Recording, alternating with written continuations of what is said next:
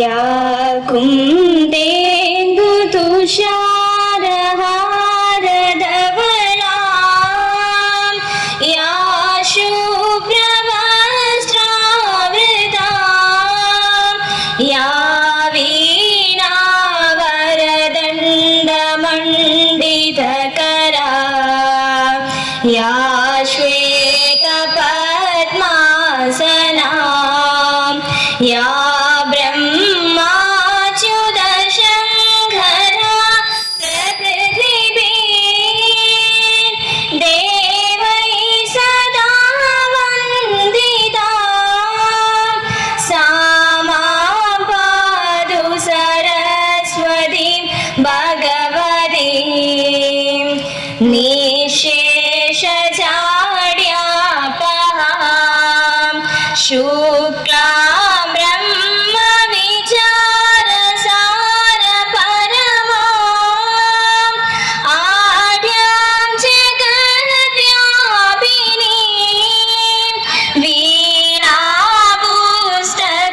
वीणापुस्तकधारिणीम् अभयदां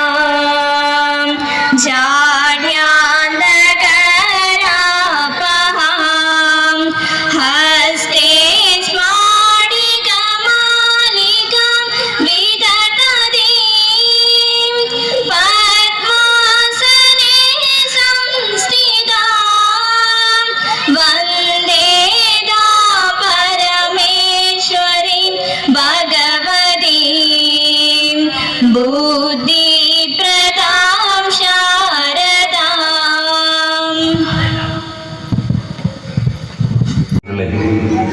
ഭക്ത്യാദരപൂർവ്വം ക്ഷണിക്കുന്നു.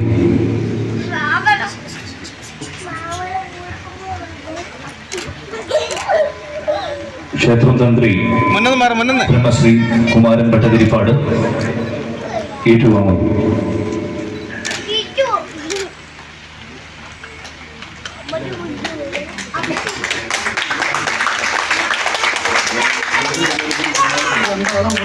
കുറച്ച് ആളുകൊണ്ട്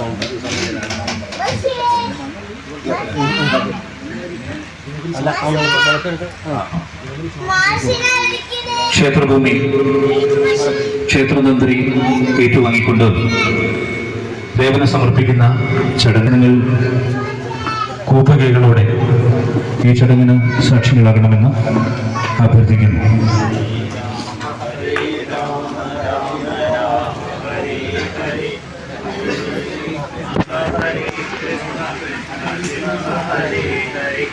ഹരേ രാമ ഹരേ രാമ രാമ രാമ ഹരേ ഹരേ ഹരേ കൃഷ്ണ കൃഷ്ണ കൃഷ്ണ ഹരേ ഹരേ ഹരേ രാമ രാമ രാമ ഹരേ ഹരേ ഹരേ കൃഷ്ണ കൃഷ്ണ കൃഷ്ണ ഹരേ ഹരേ ഹരേ രാമ രാമ രാമ ഹരേ ഹരേ ഹരേ കൃഷ്ണ കൃഷ്ണ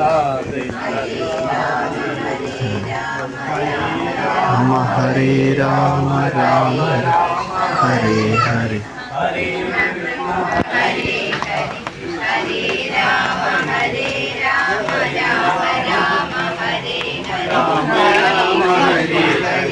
ഹരേ കൃഷ്ണ കൃഷ്ണ കൃഷ്ണ ഹരേ ഹരേ ഹരേ രാമ രാമ രാമ ഹരേ ഹരേ ഹരേ കൃഷ്ണ കൃഷ്ണ കൃഷ്ണ ഹരേ ഹരേ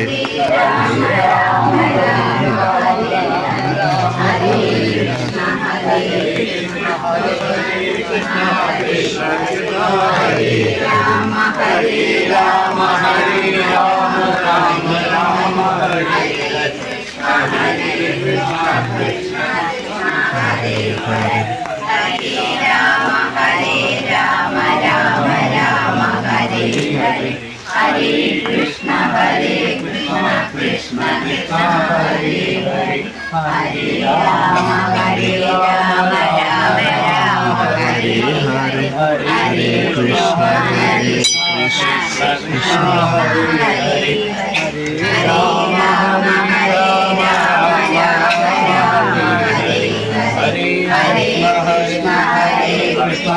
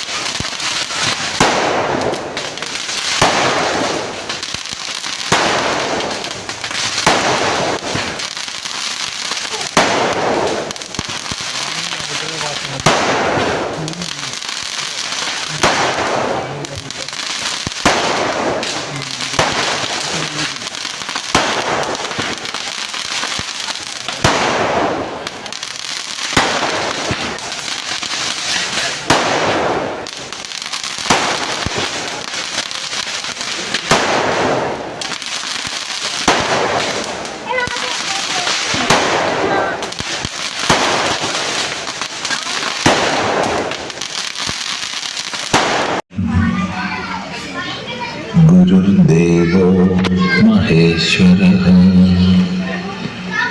गुरुसाक्षात् परं ब्रह्म तस्मै श्री गुरवे नमः। ॐ सदाशिवसमारम्भाम् शङ्कराचार्यमध्यमाम् अस्मदाचार्यपर्यन्ताम् वन्दे गुरुपरम्पराम्।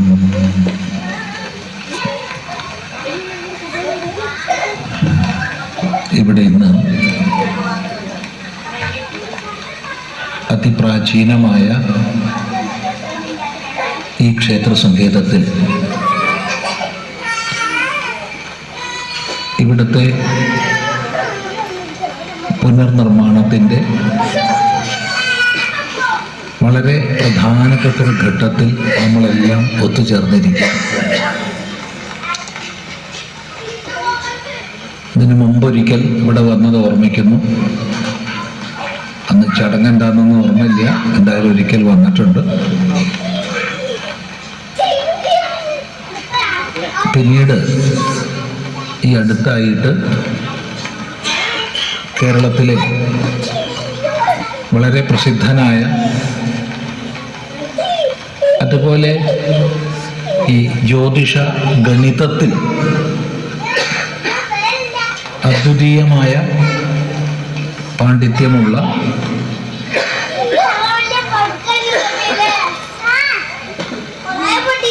ദേവിദാസ് ജ്യോത്സ്യർ ഈ ഒരു സങ്കേതത്തെക്കുറിച്ച് പറയുകയുണ്ടായി. അതുപോലെ തന്നെ കേരളത്തിലെ വളരെ പ്രസിദ്ധനും പ്രഗത്ഭനുമായ വാസ്തുവിശാരദൻ ശ്രീ വേഴപ്പറമ്പ് ചിത്രഭാനു നമ്പൂതിരിപ്പാട് അദ്ദേഹവും സംസാരിച്ചപ്പോൾ, വേറെ ചില സന്ദർഭങ്ങളിൽ വേറെ എന്തൊക്കെയോ വിഷയങ്ങൾ സംസാരിച്ചപ്പോൾ ഈ ഒരു സങ്കേതത്തെക്കുറിച്ച് പറഞ്ഞു. അവർ രണ്ടുപേരും ഇതിനെക്കുറിച്ച് നമ്മളോട് പറയാൻ കാരണം ആശ്രമത്തിൽ നിന്ന് അധികം ദൂരെയല്ലാത്ത ഒരു സ്ഥലമായതുകൊണ്ടാണ്. അതെല്ലാം ചേർത്ത് വയ്ക്കുമ്പോൾ ഇത് വളരെ നല്ല ഒരു നമ്മുടെ സമാജത്തിൻ്റെ വലിയൊരു ശ്രദ്ധാകേന്ദ്രമായി മാറാനുള്ളതാണ്. നമ്മുടെ എല്ലാവരുടെയും ഒരു മനസ്സായിട്ടുള്ള ഒറ്റക്കെട്ടായിട്ടുള്ള പ്രവർത്തനം അതിൻ്റെ ആദ്യഘട്ടത്തിൽ വളരെ വിപുലമായൊരു സങ്കല്പം നമ്മുടെയൊക്കെ മനസ്സിലുണ്ടാവട്ടെ. ഇപ്പം നമുക്കിവിടെ ബാലാലയം എന്ന അവസ്ഥയിൽ സുബ്രഹ്മണ്യ വാമന സങ്കല്പങ്ങൾ ഇവിടെ ആരാധിക്കപ്പെട്ടു വരികയാണ്. ശ്രദ്ധയോടുകൂടി ഭക്തിയോടുകൂടി അത് നിർവഹിക്കപ്പെടുന്നു.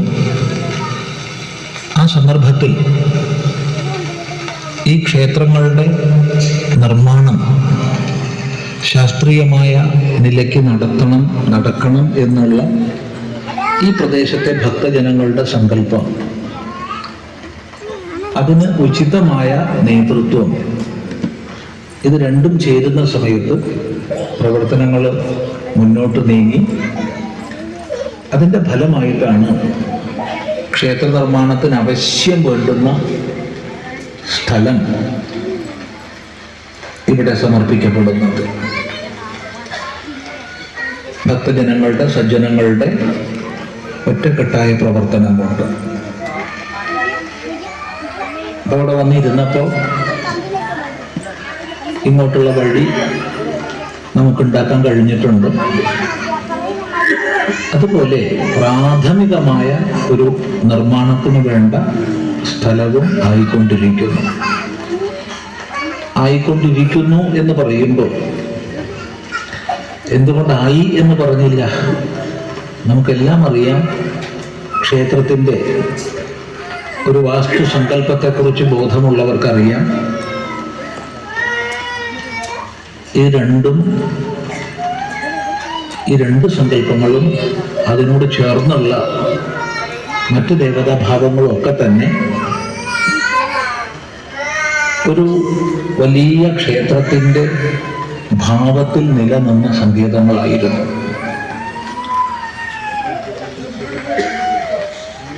ഈ ഒരു സങ്കേതത്തിൻ്റെ പേര്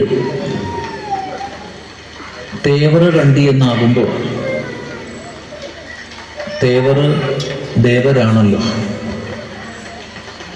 ഈ വടക്കൻ കേരളത്തിൽ പ്രത്യേകം പറമ്പുകൾക്ക് കണ്ടി നാമം പ്രസിദ്ധമാണ്.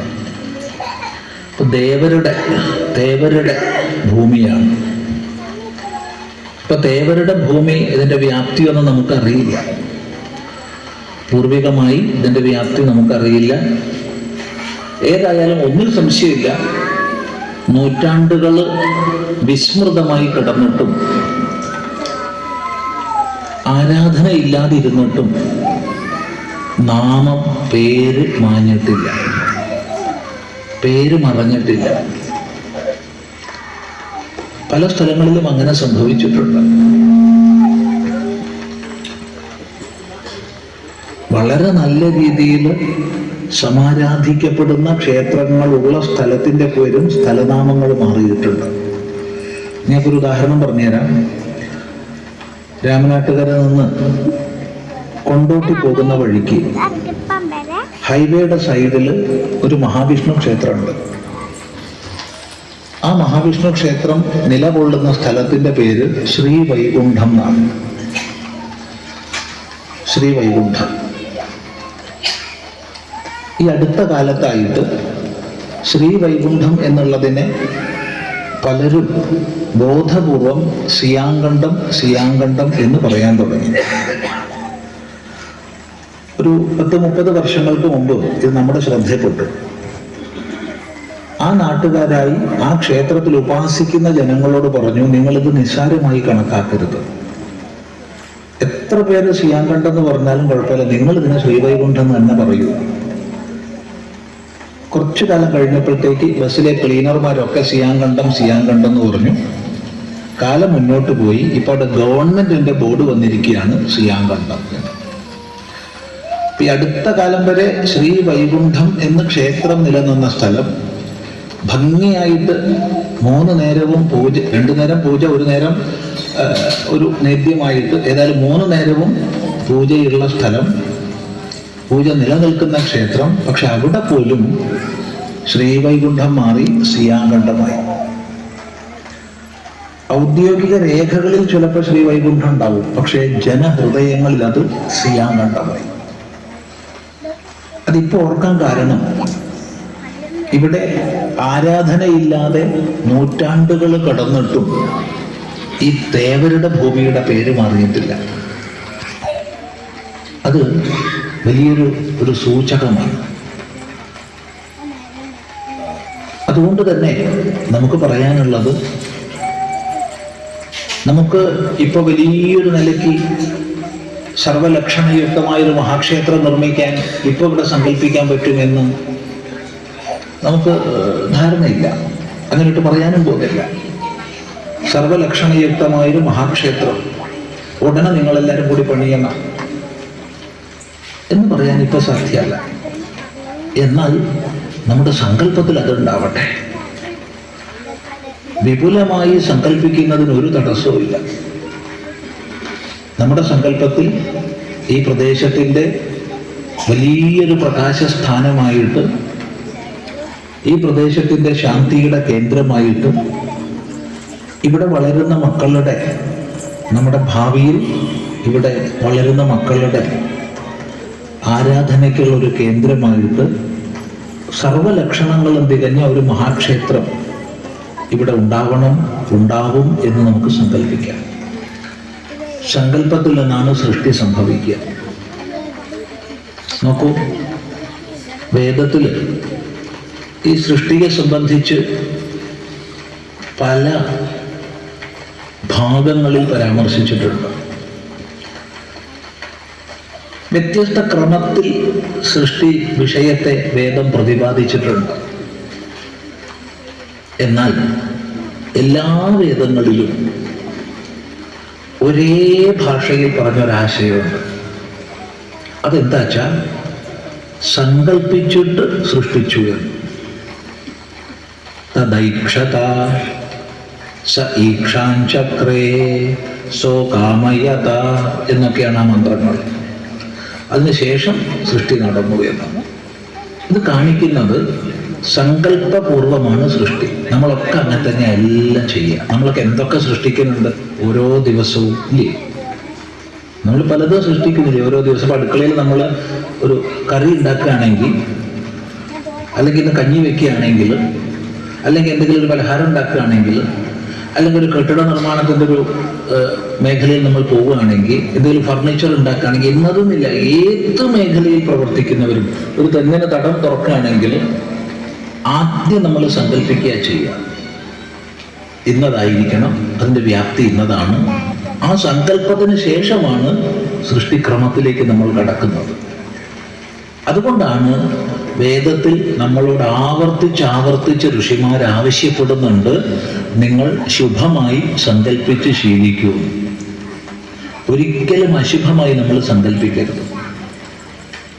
ശുഭമായി സങ്കല്പിക്കണം. ശുഭമായി സങ്കല്പിക്കണം എന്ന് പറഞ്ഞാൽ പോരാ, ശുഭമായി സങ്കല്പിച്ച് ശീലിക്കണം. ഈ കൂട്ടത്തിൽ ചിലരെങ്കിലും ചോദിക്കും, അതെന്തിനായി സങ്കല്പിച്ച് ശീലിക്കുന്നേ? അങ്ങ് സങ്കല്പിച്ചാൽ പോരെ, ശുഭമായി അങ്ങ് സങ്കല്പിച്ചാൽ പോരെ. ശുഭമായി സങ്കല്പിച്ച് ശീലിക്കണം എന്ന് എന്തിനാ പറഞ്ഞേ? അതിന് മറുപടി നമ്മൾ സത്യസന്ധമായി പറയണം, കള്ളം പറഞ്ഞേക്കരുത്. ശുഭമായിട്ടാണോ നമ്മൾ സങ്കല്പിക്കാറ്, അശുഭമായിട്ടാണോ? ചെറിയൊരു ഉദാഹരണം പറയാം. നമ്മുടെ കുഞ്ഞ് വിദ്യാലയത്തിൽ നിന്ന് വൈകുന്നേരം 4 മണിക്ക് വരാറുണ്ട് സാധാരണ. ഇന്ന് 4:15 വന്നില്ല, 4:30 വന്നില്ല, 4:45 വന്നില്ല, 5 വന്നില്ല. എന്താ നമ്മൾ സങ്കല്പിക്കുന്നത്? എന്തെങ്കിലും ഒരു എക്സ്ട്രാ കരിക്കുലർ ആയിട്ടുള്ള എന്തെങ്കിലും ഒരു പരിപാടി ഉണ്ടാവും സ്കൂളിൽ, അതിന് നിൽക്കുകയായിരിക്കും എൻ്റെ കുഞ്ഞ്. അല്ലെങ്കിൽ വേണ്ടില്ല പല സയൻസ് ക്ലബിൻ്റെയോ സോഷ്യൽ ക്ലബിൻ്റെയോ എന്തെങ്കിലും ചില മീറ്റിംഗ് ഉണ്ടാവും, അല്ലെങ്കിൽ എന്തെങ്കിലും അസൈൻമെൻറ്റ് ചെയ്ത് പൂർത്തിയാക്കാനുണ്ടാവും, അല്ലെങ്കിൽ സ്കൂൾ വിട്ട് വരുന്ന വഴിക്ക് വയ്യാത്തൊരാളെ കണ്ടിട്ട് എൻ്റെ കുഞ്ഞ് ആ ആളെയും കൊണ്ട് ആശുപത്രിയിൽ പോയിട്ട് സേവ ചെയ്യുന്നുണ്ടാവും. ഇങ്ങനെ ആണോ ചിന്തിക്കാറ്? അല്ല, വല്ല ബസ്സിന് കുടുങ്ങിയോ, ആരെങ്കിലും പിടിച്ചു കൊണ്ടുപോയോ, വല്ല തോട്ടിലും വീണോ? എന്താ സങ്കല്പിക്കാറ്? ഒന്നാമത്തെയാണോ രണ്ടാമത്തെയാണോ? രണ്ടാമത്തെ. കള്ളം പറഞ്ഞേക്കരുത്, രണ്ടാമത്തെ. അതാണോ നമുക്ക് ഇഷ്ടം? അങ്ങനെ ആവണമെന്നാണോ നമുക്ക് ഇഷ്ടം? അല്ല. നമ്മൾ ഇഷ്ടപ്പെടുന്നത് ഒന്നാമത്തെയാ, നമ്മൾ സങ്കല്പിക്കുന്ന രണ്ടാമത്തെയാ. പിന്നെ എങ്ങനെയാ ഒന്നാമത്തെ ഉണ്ടാവുക? അതുകൊണ്ടാണ് നമ്മൾ അശുഭം സങ്കല്പിച്ച് ശീലിച്ചവരാണ്. പൊതുവെ ആരെ കണ്ടാലും നന്മയുടെ ഭാവം സങ്കല്പിക്കുന്നതിനേക്കാൾ കൂടുതൽ നമ്മുടെ മനസ്സിൽ വരിക തിന്മയുടെ ഭാവങ്ങളാണ്. ഓ, അവൻ അവനെ കണ്ടില്ലേ, അവൻ്റെ ഒരു പോക്ക്, അവൻ്റെ ഒരു നടത്തം, ഒരു ആവശ്യം ഉണ്ടാവില്ല, നമ്മളായിട്ട് ഒരു ബന്ധം ഉണ്ടാവില്ല, ആളെ പോലെ നമ്മൾ അറിയുന്നുണ്ടാവില്ല. അതുകൊണ്ടാണ് വേദം നമ്മളോട് ശുഭമായി സങ്കല്പിക്കാൻ ശീലിക്കാൻ പറയുന്നത്. അതിന് വെറുതെ ഉപദേശിക്കുക മാത്രമല്ല, വേദത്തിൽ ശുഭസങ്കല്പത്തിനായിക്കൊണ്ട് പ്രാർത്ഥിക്കുന്ന സൂക്തങ്ങൾ വരെ തന്നിട്ടുണ്ട്. യജുർവേദത്തിൽ ശിവസങ്കല്പ സൂക്തം പ്രസിദ്ധമാണ്. ഓരോ മന്ത്രത്തിന്റെ ഒടുവിൽ തന്മേ മന ശിവസങ്കല്പമസ്തു, എൻ്റെ മനസ്സ് ശിവമായ മംഗളമായ ഭദ്രമായ സങ്കല്പത്തോടു കൂടിയതാകണേ എന്ന് പ്രാർത്ഥിക്കുന്നുണ്ട്. അപ്പൊ നമുക്കിവിടെ ആദ്യം വേണ്ടത് ശുഭമായൊരു സങ്കല്പം, ശിവമായൊരു സങ്കല്പം. ഈ പ്രദേശത്തിന്റെ മുഴുവൻ നന്മയെ ലക്ഷ്യമാക്കിക്കൊണ്ട് നമ്മുടെ ഭാവി തലമുറകൾക്ക് പ്രകാശം നൽകുന്ന, ഇവിടുത്തെ വളർന്നു വരുന്ന ഭാവി മക്കൾക്ക് സാംസ്കാരികമായി ധാർമ്മികമായി ഒരു അടിത്തറയായി നിലകൊള്ളുന്ന ഒരു മഹാക്ഷേത്രം ഭാവിയിൽ ഇവിടെ ഉണ്ടാവട്ടെ. പ്രത്യേകിച്ച് ഒരു ചെലവും കൊടുക്കണ്ടാകും, ഒരു പൈസ ആരും കൊടുക്കണ്ട ഈ സങ്കല്പിക്കാൻ. പക്ഷെ നമ്മുടെ സങ്കല്പം ദൃഢമാണെങ്കിൽ നിശ്ചയമായും അത് പ്രവർത്തിക്കും. കാരണം അതിനനുസൃതമായ ഇച്ഛാശക്തി ഇവിടെ ഉണ്ട്. ആ ഇച്ഛാശക്തിയുടെ പരിണാമമാണ് ഇന്നും ഈ തേവരുടെ ഭൂമിയുടെ പേര് മാറിയിട്ടില്ല.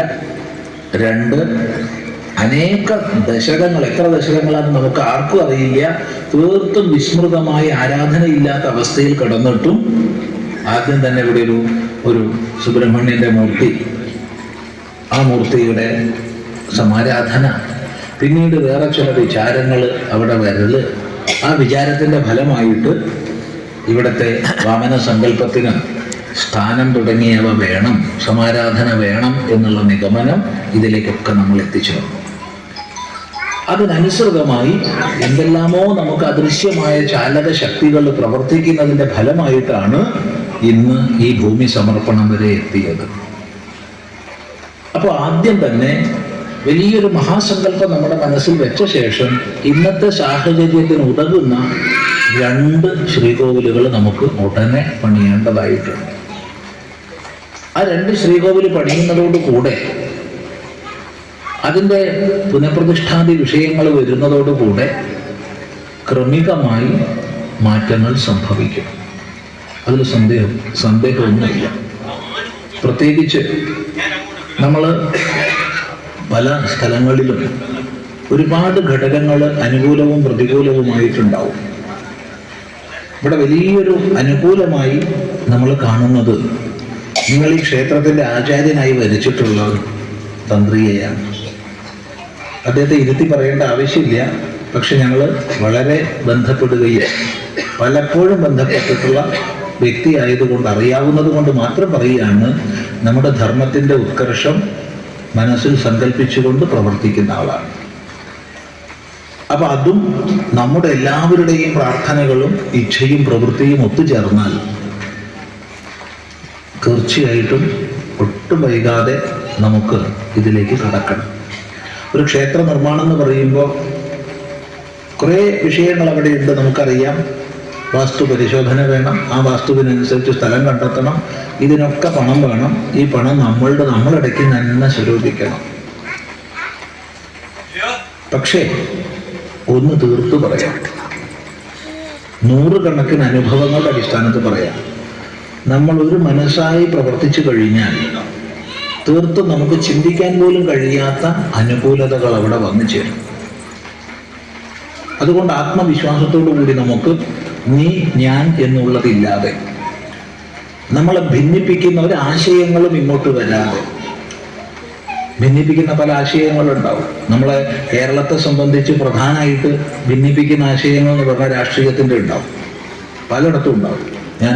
ഞാൻ എന്താ പറയേണ്ടത്, CPM ആണ്, ഞാൻ CPI ആണ്, ഞാൻ കോൺഗ്രസ് ആണ്, ഞാൻ BJP ആണ്, ഞാൻ ജനതയാണ്, അതാണ് ഇതാണെന്നൊക്കെ പറഞ്ഞ് പലതും ഉണ്ടാവും.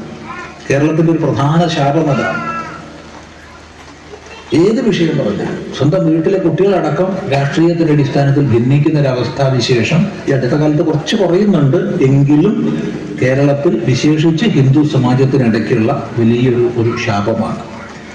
നമ്മൾ മറ്റു പ്രദേശങ്ങളിൽ പോയി കഴിഞ്ഞാൽ, ഇപ്പോൾ ഗുജറാത്ത് പോയിക്കോളൂ, അല്ലെങ്കിൽ രാജസ്ഥാനിൽ പോയിക്കോളൂ, അല്ലെങ്കിൽ മഹാരാഷ്ട്രയിൽ പോയിക്കോളൂ, വ്യത്യസ്ത പാർട്ടിക്കാർ വ്യത്യസ്ത പ്രവർത്തനമായിരിക്കും. പക്ഷേ ധർമ്മകാര്യം വരുമ്പോൾ ഒരു മനസ്സായി ഒന്നിച്ചു നിൽക്കും. ധർമ്മത്തിന്റെ കാര്യത്തിൽ, ധർമ്മത്തിന്റെ വിഷയത്തിൽ അവർ മറ്റൊരു ദ്വന്ദ്വം കൽപ്പിക്കാതെ ഒന്നിച്ചു നിൽക്കും. ഈ പറയുന്നതിൽ എന്തെങ്കിലും അതിശയോക്തിയോ അസത്യമോ ഉണ്ടെന്ന് തോന്നുന്നുണ്ടെങ്കിൽ പോയി പരിശോധിക്കുക. അപ്പം മനസ്സിലാവും. ഒന്നിച്ചു നിന്നാൽ മാത്രമേ നമുക്ക് മഹാകാര്യങ്ങൾ നേടിയെടുക്കാൻ പറ്റൂ. അതുകൊണ്ട് ഏകതയുടെ ആശയത്തെ ഊട്ടി ഉറപ്പിച്ചുകൊണ്ട് നമുക്കിവിടെ പ്രവർത്തിക്കാം. ആദ്യത്തെ ശുഭസങ്കല്പം, രണ്ടാമതായിട്ട് പ്രവർത്തനങ്ങൾ. നമുക്ക് വ്യക്തമായി നേതൃത്വം നൽകാനുള്ള ആചാര്യന്മാരുണ്ട്. നമുക്ക് ഇതിന് പ്രവർത്തിക്കാനുള്ള സമൂഹം ഇവിടെയുണ്ട്. തീർച്ചയായിട്ടും അതിൻ്റെ അന്തരീക്ഷം ഇവിടെ കാണുന്നുണ്ട്. അതുകൊണ്ട് ഇത് നന്നായി നല്ല രീതിയിൽ ഒട്ടും താമസമില്ലാതെ ഇതിൻ്റെ നിർമ്മാണ മേഖലയിലേക്ക് നമുക്ക് കടക്കാം. അങ്ങനെ പ്രവർത്തിക്കുന്ന സമയത്ത് ഒന്ന് രണ്ട് വിഷയങ്ങൾ ശ്രദ്ധിക്കാൻ വേണ്ടി പറയട്ടെ. ഇവിടെ നമ്മൾ ജ്യോതിഷ പരിശോധന ചെയ്തു. ആ ജ്യോതിഷ ചർച്ചകളിൽ ചിന്തകളുടെ പരിണാമമായിട്ടാണ് ദേവതാ സങ്കേതവും സ്ഥാനവും എല്ലാം നിർണ്ണയിക്കുന്നത്. തീർച്ചയായിട്ടും ഉചിതമാണ്. അതുപോലെ സമയനിർണയം തുടങ്ങിയ വിഷയങ്ങളിൽ ജ്യോതിഷം മുഖ്യമാണ്. സമയനിർണയം തുടങ്ങിയവയിൽ ജ്യോതിഷം മുഖ്യമാണ്. ആവർത്തിച്ചു പറയുന്നു. ആ ജ്യോതിഷ വിചാരത്തെ മാറ്റിവെച്ചിട്ട് സമയനിർണയത്തിലേക്കൊന്നും നമ്മൾ പോയിക്കൂടാ. എന്നാൽ ആ ജ്യോതിഷം അനുസരിച്ച് നമ്മളൊരു വാസ്തു വിശാരദനെ സ്വീകരിച്ചു കഴിഞ്ഞാൽ വാസ്തു സംബന്ധമായിട്ടുള്ള ചർച്ചകൾ, സംശയ നിവൃത്തികൾ വാസ്തു വിശാരദനാണ് ചെയ്യേണ്ടത്, അല്ലാണ്ട് ജ്യോതിഷിയല്ല. ഇത് കേരളത്തിൽ ഈ അടുത്ത കാലത്തായിട്ട് ഏറ്റവും വലിയൊരു അപകടം സംഭവിച്ചുകൊണ്ടിരിക്കുക. എന്തിനും ജ്യോത്സ്യന്റെ അടുത്ത് ഓടിപ്പോണൊരു സുഖം. അതൊരിക്കലും ഇവിടെ സംഭവിക്കരുത്. നമ്മൾ തന്നെ ഒരു ക്ഷേത്രത്തിന്റെ ഒരു തറക്കല്ലിടാൻ വേണ്ടിയിട്ട് ഒരു കൂട്ടർ ക്ഷണിച്ചു. ഡയറി നോക്കി ഒഴിവുണ്ട് വരാമെന്ന് പറഞ്ഞു. അങ്ങനെ അവിടെ ചെന്നപ്പോഴാണ് മനസ്സിലാക്കിയത് 5 പ്രാവശ്യം അവർ ക്ഷേത്രം ഉണ്ടാക്കിയിട്ടുണ്ട്, 5 പ്രാവശ്യം പൊളിച്ചിട്ടുണ്ട്. ഓരോന്ന് എന്ത് മനോഹരമായിട്ടാണ് ഉണ്ടാക്കിയെന്നറിയാം. അതിൻ്റെ ഫോട്ടോകളൊക്കെ വെച്ചിട്ടുണ്ട്. ഈ സമൂഹം എത്ര ലക്ഷം രൂപ ചെലവഴിച്ചിട്ടുണ്ടാവും. എന്നിട്ട് വീണ്ടും റെസീറ്റുമായിട്ട് ഇറങ്ങുക, വീണ്ടും ഉണ്ടാക്കുക, വീണ്ടും പൊളിക്കുക, വീണ്ടും ഉണ്ടാക്കുക, വീണ്ടും പൊളിക്കുക. അങ്ങനെ 5 പ്രാവശ്യം നിർമ്മിച്ച് പൊളിച്ചു എന്നുള്ള വിവരം അറിഞ്ഞു. എന്താ സംഭവിച്ചേ? ഓരോ പ്രാവശ്യം നിർമ്മിച്ചിട്ട് അവർ ജ്യോത്സ്യന്റെ അടുത്ത് പോകും. ജ്യോത്സ്യൻ ചില രാശിയൊക്കെ നോക്കിയിട്ട് പറയും ഇത് ശരിയായിട്ടില്ല, പൊളിക്കണം. അപ്പൊ എനിക്ക് തോന്നി, ഭഗവാനെ ഇന്നിപ്പോ തറക്കല്ലിട്ട ഇതും അവർ പൊളിക്കുമല്ലോ, എന്തുണ്ട് ഇവിടുന്ന് രക്ഷപ്പെടാൻ വഴി? ഏറ്റുപോയില്ല, അവിടെ ചെയ്യാണ്ട് വയ്യല്ലോ. എന്തെങ്കിലും ഒരു വഴി ഉണ്ടെങ്കിൽ ഇവിടുന്ന് പോ, തറക്കല്ലിടാണ്ട് രക്ഷപ്പെടണം എന്ന് വിചാരിച്ചു. അങ്ങനെ വിചാരിച്ചങ്ങനെ ഇരിക്കാട്ടോ. അപ്പോഴാണ് ആ തറക്കല്ലിടേണ്ട സ്ഥലത്തുനിന്ന് ഒരു ലഹള കേൾക്കുന്നത്. ഒരു അക്ഷരത്തിലുള്ള വർത്തമാനം, 2 ഗ്രൂപ്പായിട്ട്. ഒന്ന് കാതോർത്തു, എന്തോ ഒരു അഭിപ്രായ വ്യത്യാസമുണ്ട്. എന്താ? അപ്പൊ എന്താ സംഭവിച്ചാൽ ചിരിച്ചു പോകും കേട്ടാൽ, ഈ തറക്കല്ലിടാൻ വേണ്ടി കൊണ്ടുവന്ന കല്ല് ചെറുതായി പോയിന്നാ ഒരു വിഭാഗം. പിന്നെ ഒറ്റക്കൽ മണ്ഡപമല്ലേ ഉണ്ടാക്കാൻ പോണത്, ചെറുതായ കണക്ക് തെറ്റാൻ. ചെറിയ ചെറിയ കല്ല് അടുക്കി വെച്ചിട്ടല്ലേ കെട്ടിനുണ്ടാക്കുക, അല്ല വലിയ ഒറ്റക്കല്ല നമ്മൾ ഉണ്ടാക്കണത്. എന്തായാലും തർക്കം ഉണ്ടായല്ലോ. ഞാൻ പറഞ്ഞു, എന്തായാലും നിങ്ങളുടെ ഇടയ്ക്ക് ഒരു തർക്കം ഉണ്ടായില്ലേ, തൽക്കാലം നമുക്ക് ഒന്ന് ആലോചിച്ചിട്ടൊക്കെ ചെയ്യാം. അപ്പോൾ അധികം ആൾക്കാരുള്ള ഗ്രൂപ്പ് പറഞ്ഞു അതാ ശരി. വേഗം അവിടുന്ന് രക്ഷപ്പെട്ടു. പിന്നീട് കേട്ടു അവിടെ ഉണ്ടാക്കി, അതും പൊളിച്ചു. നമുക്കൊരു ആൾക്ക് ഒരു രോഗം വന്നാൽ എഞ്ചിനീയർ എടുത്താണോ പോവുക, അല്ല വൈദ്യരെടുത്തോ? വൈദ്യരെടുത്താ പോവുക. നമ്മുടെ കെട്ടിടത്തിനോ നമ്മുടെ വാഹനത്തിനോ നമ്മുടെ യന്ത്രങ്ങൾക്കോ എന്തെങ്കിലും കേട് വന്നാൽ അലോപ്പതി ഡോക്ടറെ എടുത്തോ അല്ലെങ്കിൽ ആയുർവേദ വൈദ്യൻ്റെ അടുത്താണോ പോവുക? അല്ല, എഞ്ചിനീയർ എടുത്താൽ പോണ്ടേ. ഓരോന്നിനും ഓരോ ശാസ്ത്രമുണ്ട്. സമയനിർണയത്തിൻ്റെ ശാസ്ത്രമാണ് ജ്യോതിഷം. വാസ്തുവെ സംബന്ധിച്ച് വാസ്തുശാസ്ത്രമാണ്. അപ്പൊ ഈ ഒരു ആപത്ത് നമുക്ക് വരരുത്. ഇതെന്തുകൊണ്ടാണ് പറയണതിൻ്റെ തുടക്കമാണ്. അതുകൊണ്ടാണ് തുടക്കത്തിൽ തന്നെ തെറ്റിയ പ്രശ്നം. അതുകൊണ്ട് ഓരോന്നിനും അതത് ശാസ്ത്രത്തിന്റെ ഉപദേശം അനുസരിച്ച് നമുക്ക് മുന്നോട്ട് പോകാം. അത് പ്രത്യേകം ശ്രദ്ധിക്കുക. അതുപോലെ തന്നെ നമ്മുടെ ഓരോ പ്രവർത്തനവും സത്യസന്ധം മാത്രമായിട്ടായിരിക്കണം. കാരണം ചിലപ്പോൾ നമുക്ക് കുറച്ചൊന്ന് വഴി വിട്ടൊക്കെ പോയി കഴിഞ്ഞാൽ ചില്ലാനുണ്ടാക്കാൻ പെട്ടെന്ന് എളുപ്പമുള്ള പല പണികളും കിട്ടിയെന്ന് വരും. പക്ഷെ ഒന്നും നിലനിൽക്കില്ല. ഒരു കൂട്ടർ ആശ്രമത്തിൽ വന്നു, സ്വാമി ഞങ്ങൾ നാട്ടിൽ വലിയൊരു മഹാക്ഷേത്രം ഉണ്ടായിരുന്നു, അത് തീരെ ക്ഷയിച്ചു പോയതാ, അതിൻ്റെ പുനർനിർമ്മാണം ഞങ്ങൾ ആലോചിച്ചിട്ടുണ്ട്, അതിൻ്റെ ഫണ്ട് ഉദ്ഘാടനത്തിന് സ്വാമി വരണം. ചെല്ലാന്ന് പറഞ്ഞു. ചെന്നു. ഒരു ഗ്രാമത്തിൽ 10,000 ആൾക്കാരുണ്ട്. സാധാരണ അങ്ങനെയൊക്കെയുള്ള ആൾക്കാർ ഈ പ്രതിഷ്ഠയ്ക്കൊക്കെ ഉണ്ടാവുക. ഇതല്ല, ഫണ്ട് സ്വരൂപണത്തിന് അത്ര ആൾക്കാരുണ്ടാവുക പറഞ്ഞാൽ അത്ഭുതമല്ല. ഫണ്ട് ഉദ്ഘാടനമൊക്കെ കഴിഞ്ഞു. നമ്മൾ പറഞ്ഞു ഇപ്പം അധികം വൈകണ്ട, ഒരു കൊല്ലം കൊണ്ട് നിങ്ങൾ ഈ പണി തീർത്തിട്ട് പ്രതിഷ്ഠിക്കണം. അത് ചെയ്യാമെന്ന് അവർ വാക്കും പറഞ്ഞു. ഇത് കഥയല്ല പറയണം കേട്ടോ, കോഴിക്കോട് ജില്ലയിൽ തന്നെയാണ്. നമ്മൾ ഉദ്ദേശിച്ച ഒരു ശ്രീകോവിൽ പണിയ, പ്രതിഷ്ഠ കഴിക്കുക, ബാക്കിയൊക്കെ താനെ ആയിക്കോളുന്ന. പക്ഷേ ഒരു കൊല്ലാവുമ്പോഴത്തേന് മുമ്പായിട്ട് അവർ ആശ്രമത്തിൽ വന്ന് പറഞ്ഞു, സ്വാമി ക്ഷേത്രത്തിൻ്റെ മുഴുവൻ പണിയും കഴിഞ്ഞു, പരിവാര പ്രതിഷ്ഠ അടക്കമുള്ള ധ്വജസ്തംഭം ഇല്ലാന്ന് മാത്രം, ബാക്കി എല്ലാ ലക്ഷണങ്ങളോടും കൂടിയ നാലമ്പലത്തോടു കൂടിയ ക്ഷേത്രം പണി കഴിഞ്ഞു. വലിയ സന്തോഷമായി കേട്ടപ്പോൾ. അവിടെ പോയി സ്വാമി വരണം, തീർച്ചയായിട്ടും വരാമെന്ന് പറഞ്ഞു പോയി. ചെന്നപ്പോൾ ജനസഹസ്രങ്ങൾ ആവേശഭരിതരായിട്ട് അവിടെയുണ്ട്.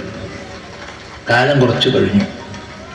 നമ്മളതിനടുത്തൊരു ക്ഷേത്രത്തിൽ ഒരു പരിപാടിക്ക് പോയത്. അപ്പോൾ ഈ ഓർമ്മ വന്നു ഈ ക്ഷേത്രത്തെ. നാട്ടുകാരോട് ഒരാളോട് ചോദിച്ചാൽ, അല്ല ഇവിടെ നിന്ന് ക്ഷേത്രം ഉണ്ടല്ലോ വളരെ നല്ല രീതിയിൽ നടക്കണത്, എന്താ അതിൻ്റെ ഇപ്പോഴത്തെ സ്ഥിതി? ആരും പോയില്ല സ്വാമി, ആരും പോകണമില്ല, ഒന്നുമില്ല. പൂജ നടക്കുന്നുണ്ട്, അതൊരു പേരിന് അത്രയേ ഉള്ളൂ. എന്താ പറ്റിയേ? അപ്പം എന്താ പറ്റിയെന്നറിയോ? ഈ പുനഃപ്രതിഷ്ഠാ വേളയിൽ ഇവർ പറഞ്ഞു, ഇവിടത്തേക്ക് വിഗ്രഹം കൊടുക്കുന്ന ആൾക്ക് ഇന്ന് ഗുണം കിട്ടും, കുട്ടികൾ ഉണ്ടാവാത്ത ആൾക്ക് കുട്ടി ഉണ്ടാവും, ഈ അമ്പലം ഉണ്ടാക്കിയ ആൾക്ക് ഇന്ന് ഗുണം കിട്ടും, അവിടെ അത് ചെയ്ത് അന്ന് കിട്ടും, അവിടെ പാത്രം കൊടുത്ത് അന്നത് കിട്ടും. ഇങ്ങനെ ഓരോന്നങ്ങോട്ട് പറഞ്ഞു പരത്തി. ഇതങ്ങോട്ട് പറഞ്ഞു പരത്തിയപ്പോൾ ഓസ്ട്രേലിയയിൽ ഒരാൾ, അയാൾക്ക് കല്യാണം കഴിച്ച് കുറച്ചു കാലമായിട്ട് കുട്ടികളില്ലാത്ത ആളാണ്, ചികിത്സയൊക്കെ ചെയ്ത് പരാജയപ്പെട്ടതാണ്. അയാൾ പറഞ്ഞു കൊടുത്ത ബിംബവും ക്ഷേത്രവും ഞാൻ ഉണ്ടാക്കി തരാം. ശരി, അങ്ങനെ അയാളെ വകയായി. ഇങ്ങനെ ഓരോരുത്തരും ചെയ്തു. ഈ വിഗ്രഹം ക്ഷേത്രമൊക്കെ ഉണ്ടാക്കിയ ആളുണ്ടല്ലോ, 2 മാസം കൊണ്ട് അയാളുടെ പത്നിയുടെ യൂട്രസ് നീക്കം ചെയ്തു. എന്തിനാണ് ഇങ്ങനത്തെ വിഡ്ഢിത്തരങ്ങൾ പറഞ്ഞിട്ട്, അശാസ്ത്രീയമായത് പറഞ്ഞിട്ട്, അബദ്ധവിശ്വാസങ്ങൾ പറഞ്ഞിട്ട് നമ്മൾ പ്രവർത്തിക്കാൻ പോണത്? നമ്മുടെ ഏതെങ്കിലും ആചാര്യൻ ഇങ്ങനെ പറഞ്ഞിട്ടുണ്ടോ? ജനങ്ങളിടയ്ക്ക് അജ്ഞാനം വളർത്തിയിട്ട് അബദ്ധവിശ്വാസം വളർത്തി പ്രവർത്തിക്കാൻ ഏതെങ്കിലും ആചാര്യൻ പറഞ്ഞിട്ടുണ്ടോ? ഒരിക്കലുമില്ല. അങ്ങേയറ്റം ശാസ്ത്രീയവും യുക്തിഭദ്രവുമാണ് സനാതനധർമ്മം. ഈ സനാതനധർമ്മത്തിൻ്റെ ഓരോ ആശയവും അങ്ങേയറ്റം യുക്തിഭദ്രമാണ്, ശാസ്ത്രീയമാണ്. അത് പഠിക്കണം. പക്ഷേ പഠിക്കാതെ അഭിപ്രായം പറയുന്നവരെ പറ്റി നമുക്ക് ചിരിക്കാൻ മാത്രമേ കഴിയൂ, സഹതാപിക്കാനേ പറ്റൂ, അല്ലാതെ അവരോട് തർക്കിക്കാനൊന്നും നമുക്ക് പറ്റില്ല. കാരണം ഇവിടുന്നും സംസ്കൃതം പോലും അറിയാതെ ചില വക്കും മുറിയും മൂലയും കഷ്ണവും കിട്ടിയിട്ടുണ്ടാവും, അത് വെച്ച് പ്രസംഗിക്കും. അതിനെപ്പറ്റി ഒന്നും നമുക്ക് പറയാനില്ല. പക്ഷെ ശാസ്ത്രീയമായി പഠിച്ചവർക്കറിയാം എത്രമാത്രം യുക്തിഭദ്രമാണ്, ശാസ്ത്രീയമാണെന്ന്. പക്ഷെ ഇങ്ങനത്തെ അബദ്ധവിശ്വാസങ്ങൾ പ്രചരിപ്പിച്ച് എളുപ്പവഴിക്ക് നോക്കിയപ്പോൾ എന്തുണ്ടായി? വിപരീതമായി ഫലം. അപ്പം നമുക്ക് ശാസ്ത്രീയമായ രീതിയിൽ, ശുദ്ധമായ രീതിയിൽ ഒത്തൊരുമിച്ച് ഈ ഒരു മഹാസങ്കല്പത്തിൻ്റെ പൂർത്തീകരണം വരെ സാമൂഹ്യ ആരാധനകളെ ഇവിടെ ചെയ്യാം. ഉണ്ടോ ഇല്ലയോ എന്നൊന്നും അറിയില്ല. ഒത്തുചേർന്ന് ജപം,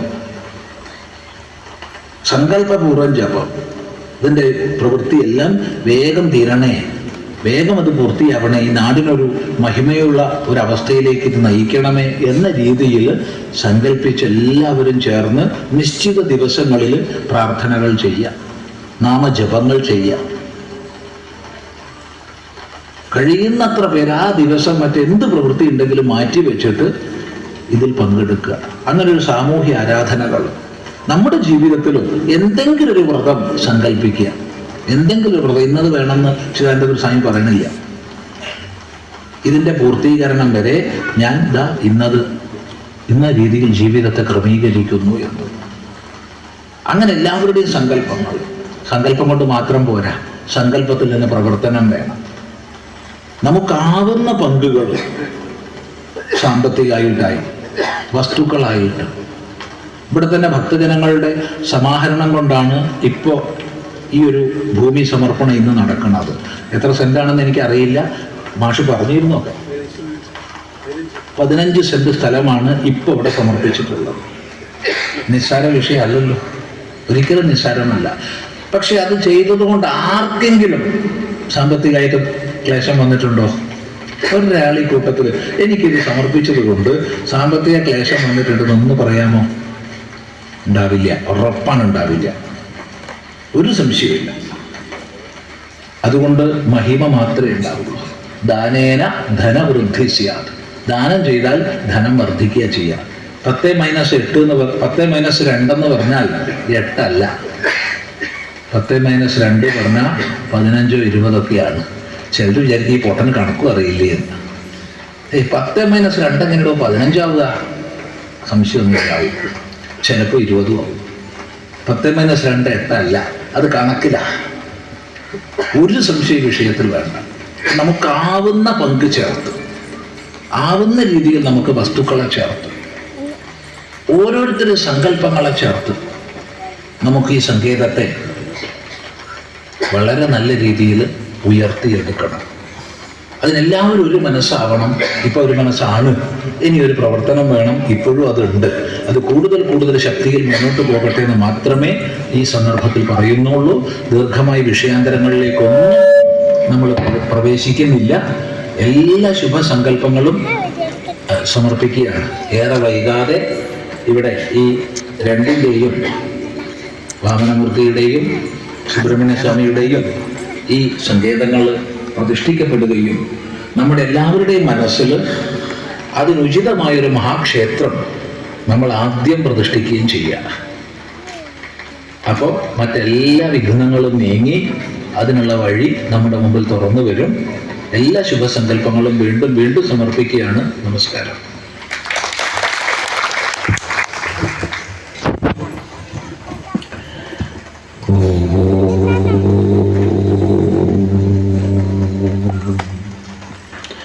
ധരാധരശ്യാമളാംഗം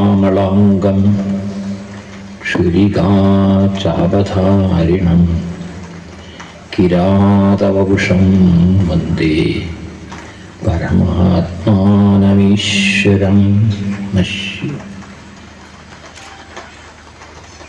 പരമ പൂജനീയനായ ശ്രീമദ് ചിദാനന്ദപുരി സ്വാമികൾ, വേദിയിലിരിക്കുന്ന ഗുരുതുല്യരായ വിശിഷ്ട വ്യക്തികളെ, സദസ്സിൽ സന്നിഹിതരായിട്ടുള്ള ഒരു ലക്ഷ്യബോധത്തിനു വേണ്ടി ദീർഘവീക്ഷണത്തോടെ പ്രവർത്തിക്കുന്ന സജ്ജനങ്ങളെ, എല്ലാവർക്കും എൻ്റെ സാദര പ്രണാമം. ഇങ്ങനെ മഹത്തായ ഒരു സന്ദർഭത്തിൽ എത്തിച്ചേരാനുള്ള എന്ത് സുഹൃതമാണ് എൻ്റെ ജീവിതത്തിൽ ഉണ്ടായതെന്ന് എനിക്കറിയില്ല.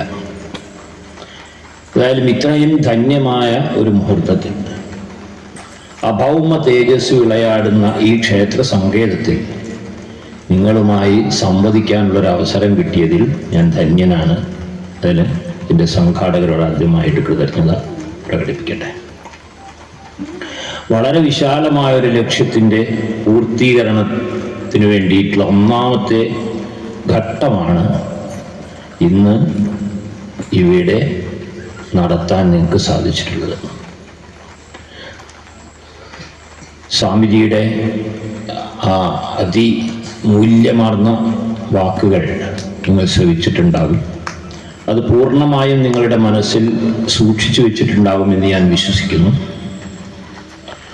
ആ ഒരു പന്ഥാവിൽ കൂടി നിങ്ങളുടെ പ്രവർത്തനങ്ങൾ മുന്നോട്ട് പോകുമ്പോൾ എന്താണോ നിങ്ങളുടെ മനസ്സിലുള്ള ആഗ്രഹം, അത് വളരെ അനായാസമായി ഒരു ബുദ്ധിമുട്ടും കൂടാതെ നമുക്ക് സാക്ഷാത്കരിച്ചു തരാൻ സാധിക്കും. കാരണം അഭൗമമായ ദേവീ ദേവ ചൈതന്യം ഉൾക്കൊള്ളുന്ന ഈ പുണ്യഭൂമിയിലാണ് നമ്മളൊക്കെ കൂടിച്ചേരാനുള്ള അവസരം ഭഗവാൻ ഉണ്ടാക്കി തന്നിട്ടുള്ളത്. നമ്മുടെയൊക്കെ പ്രവർത്തനങ്ങൾ ഒരു പക്ഷേ സങ്കുചിതമായ അടിസ്ഥാനത്തിൽ അതിൻ്റെ പൂർണ്ണ നിയന്ത്രണം, എൻ്റെ പ്രവർത്തനത്തിൻ്റെ പൂർണ്ണ നിയന്ത്രണം എന്നിലാണ് അല്ലെങ്കിൽ എനിക്കാണ് എന്നുള്ള ഒരു വികലമായ സങ്കല്പം പലപ്പോഴും നമ്മുടെ മനസ്സിൽ ഉണ്ടാവാറുണ്ട്. എൻ്റെ ജീവിതം ക്രമീകരിക്കുന്നത്, എൻ്റെ ചിന്തകളെ ചിട്ടപ്പെടുത്തുന്നത്, എൻ്റെ പ്രവർത്തനങ്ങൾക്ക് രൂപം കൊടുക്കുന്നത് ഞാനാണ് എന്നുള്ള ആ ഒരു വ്യക്തിഗതമായ ഒരു ചിന്താഗതി ആരംഭഘട്ടത്തിലൊക്കെ നമ്മുടെ എല്ലാവരുടെയും മനസ്സിലുണ്ടായിട്ടുണ്ടാവാം, അനുഭവം കൊണ്ട്. അതല്ല സത്യം. നമ്മുടെ പല പ്രവർത്തനങ്ങളും നമ്മൾ അറിയാത്ത എന്തെല്ലാമോ ചൈതന്യങ്ങളുടെ പ്രചോദനം കൊണ്ട് രൂപപ്പെട്ടു വരുന്നതാണ് എന്ന് ക്രമത്തിൽ അനുഭവത്തിന്റെ വെളിച്ചത്തിൽ നമുക്ക് വിശ്വസിക്കേണ്ടി വരും, വ്യക്തമാക്കപ്പെടേണ്ടി വരും. സൂക്ഷ്മമായി നിങ്ങളുടെ ഓരോ പ്രവൃത്തിയെയും വിലയിരുത്തി നോക്കിയാൽ അറിയാൻ കഴിയും. പലതിലും നമ്മുടെ വ്യക്തിപരമായ നിയന്ത്രണങ്ങളുടെ അംശം വളരെ കുറവ് മാത്രമാണ്. പലതും ഈ പ്രകൃതിയിൽ നിന്ന് കിട്ടുന്ന പല പ്രചോദനങ്ങളുടെയും പല തരംഗങ്ങളുടെയും ഒരു അനുരണനമായിട്ടാണ് നമ്മുടെ ജീവിതവും നമ്മുടെ പ്രവൃത്തിയും നമ്മുടെ ചിന്തയും ഒക്കെ മുന്നോട്ട് പോയിക്കൊണ്ടിരിക്കുന്നത്. പക്ഷേ അതിന് വളരെ കൃത്യമായ ഒരു ലക്ഷ്യബോധം നമ്മുടെ സങ്കല്പത്തിനുണ്ടാവണം. ആ ലക്ഷ്യബോധത്തിൻ്റെ സാക്ഷാത്കാരമാണ് നമ്മുടെ സങ്കല്പം വിജയിക്കുന്നതിൻ്റെ അടിസ്ഥാനം. നിങ്ങൾക്കെല്ലാവർക്കും സുപരിതമായ രാമായണ കഥയിൽ കൂടി ഒന്ന് കടന്നുപോയാൽ നിങ്ങൾക്കത് കാണാൻ കഴിയും. സേതുബന്ധനം എന്നുള്ള അതിബൃഹത്തായ ഒരു പ്രവൃത്തി രാമായണത്തിൽ വിവരിച്ചിട്ടുണ്ട്. അതിഭീകരമായ ഒരു സമുദ്രത്തെ ബന്ധിച്ച് അതിനെ തടഞ്ഞു നിർത്തി അതിൻ്റെ നടുക്കുകൂടി ഒരു പാലം നിർമ്മിച്ച് ലങ്കാരാജ്യത്തേക്ക് കടക്കാനുള്ള ഇച്ഛാശക്തി അന്ന് സുഗ്രീവന്റെ വാനര സൈന്യത്തിനും ശ്രീരാമന്റെ ഭക്തന്മാരായ അവിടെ കൂടിയിട്ടുള്ള മറ്റ് ജീവജാലങ്ങളുടെ മനസ്സിലും ഉണ്ടായിട്ടുണ്ടെങ്കിൽ ആ വിജയത്തിൻ്റെ പരിപൂർണമായ ഉത്തരവാദിത്വം അന്ന് പ്രവർത്തനത്തിലേർപ്പെട്ടവരുടെ ലക്ഷ്യബോധം ഒന്ന് മാത്രമാണ്.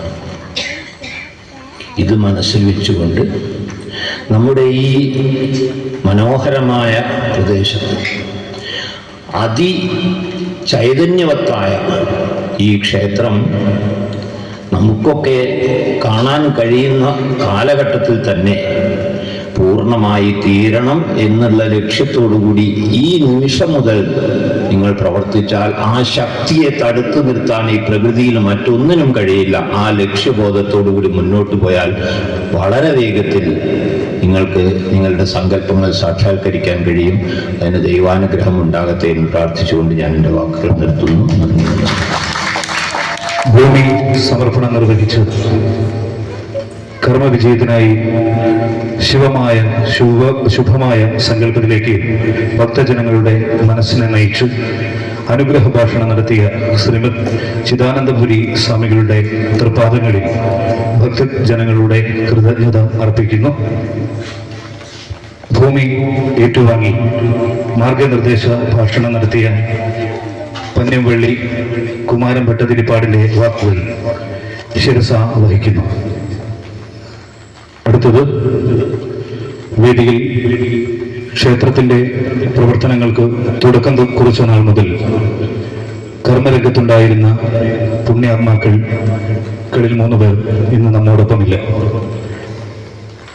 ആ പുണ്യാത്മാക്കളുടെ ഫോട്ടോ അനാച്ഛാദനം ചെയ്യുന്ന ചടങ്ങാണ്. ആ ചടങ്ങ് നിർവഹിക്കുന്നതിനായി Palora high school retired principal PV Bhaskaran മാഷ് അവരുടെ ക്ഷണിക്കുന്നു.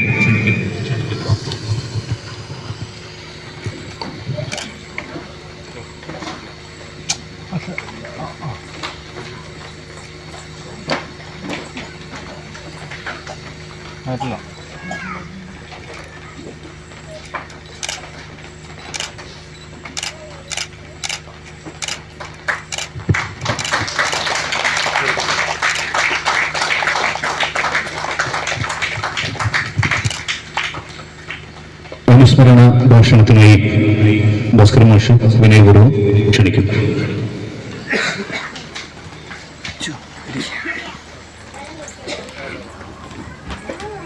സഭാരാധ്യനായ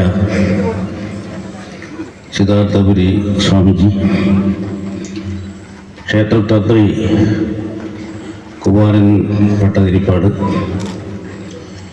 വേദിയിൽ സന്നിഹിതരായിട്ടുള്ള ഭക്തജനങ്ങളെ, സഹോദരി സഹോദരന്മാരെ,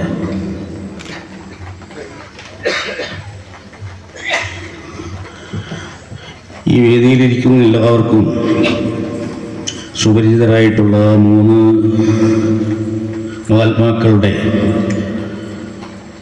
ഛായാപടമാണ് നമ്മളിപ്പോൾ അനാച്ഛാദനം ചെയ്തിട്ടുള്ളത്. അവരെ സംബന്ധിച്ച് അനുസ്മരിക്കേണ്ടത് ആണ് എൻ്റെ ചുമതല.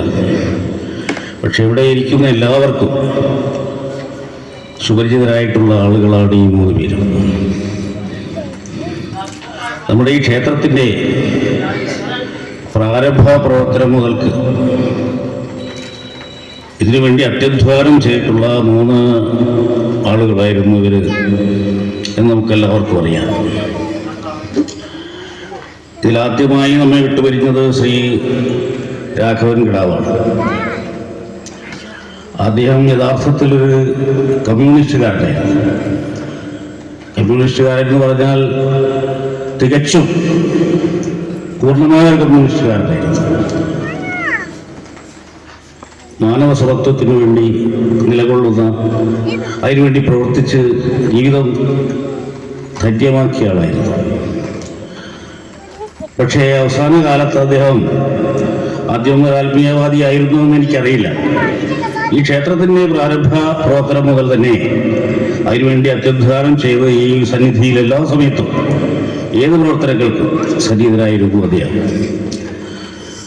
അദ്ദേഹത്തിൻ്റെ ഓർമ്മകൾക്ക് മുമ്പിൽ ആദരാഞ്ജലികൾ അർപ്പിക്കുകയാണ്.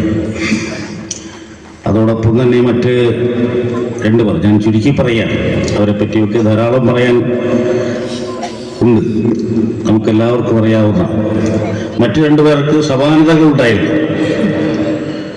ഈ 3 പേരും കോൽക്കളി ആശാന്മാരായിരുന്നു എന്ന് നമുക്കെല്ലാവർക്കും അറിയാം.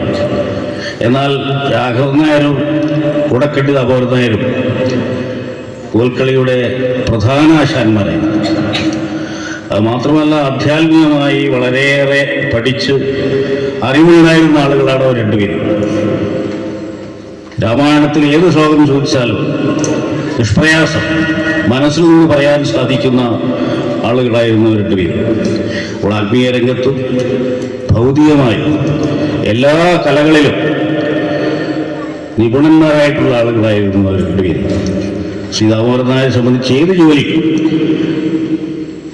ഏത് ജോലിയും വീട് പുരകെട്ടുന്നതായിരുന്നാലും പറമ്പ് കിളയ്ക്കുന്നതായിരുന്നാലും അങ്ങനെ ഏത് ജോലിയായിരുന്നാലും അദ്ദേഹത്തിന് വശമുണ്ടായിരുന്നു. അങ്ങനെ നല്ല ഒരു കലാകാരൻ എന്ന് തന്നെയാണ് ഞാൻ പറയുക. അതേപോലെ തന്നെ കോൽക്കളിയുടെ ശ്ലോകങ്ങളൊക്കെ അദ്ദേഹത്തിൻ്റെ പാട്ടുകൾ നമ്മളെല്ലാവരും കേട്ടിട്ടുള്ളതാണ്. വളരെ ആസ്വാദ്യകരമായി പാടുകയും കളിക്കുകയും ചെയ്യുന്ന, മനോഹരമായിട്ട് കളിക്കുന്ന 2 പേരായിരുന്നു അവർ 2 പേരും. അപ്പോൾ അവർക്ക് പൊതുവായിട്ട് ഉണ്ടായിരുന്ന ഈ ശീലങ്ങളെല്ലാം നമുക്ക് എല്ലാവർക്കും അറിയാവുന്നത് കൊണ്ട് ഞാൻ അതിനെ സംബന്ധിച്ച് കൂടുതൽ പറയുന്നില്ല. ഇന്നത്തെ കുട്ടികൾക്ക് ലഭിക്കുന്ന സാഹചര്യങ്ങൾ അവരുടെയൊക്കെ കുട്ടിക്കാലത്ത് ഉണ്ടായിരുന്നുവെങ്കിൽ, ഞാനെപ്പോഴും പറയാറുണ്ട്, അവരെ സ്മരിക്കുന്ന അവസരത്തിലെല്ലാം പറയാറുണ്ട്, അവരൊക്കെ എത്രയോ ഉയർന്ന പദവികളിൽ, സമൂഹത്തെ നയിക്കാൻ സാധിക്കുന്ന പദവികളിൽ എത്തിപ്പെടേണ്ട ആളുകളായിരുന്നു. പക്ഷെ അന്നത്തെ സാഹചര്യങ്ങളുണ്ട് അവർക്ക് കൂടുതൽ വിദ്യാഭ്യാസം നേടാനോ അതുപോലുള്ള പദവികളിൽ എത്തിച്ചേരാനോ സാധിച്ചില്ല. എന്നിരുന്നാലും അവർ ചെയ്ത രംഗങ്ങളിലെല്ലാം വ്യക്തിമുദ്ര പതിപ്പിക്കാൻ അവർ കൈവച്ച മേഖലകളെല്ലാം വിജയിക്കാൻ സാധിച്ചിട്ടുള്ള ആളുകളായിരുന്നു ഇവർ.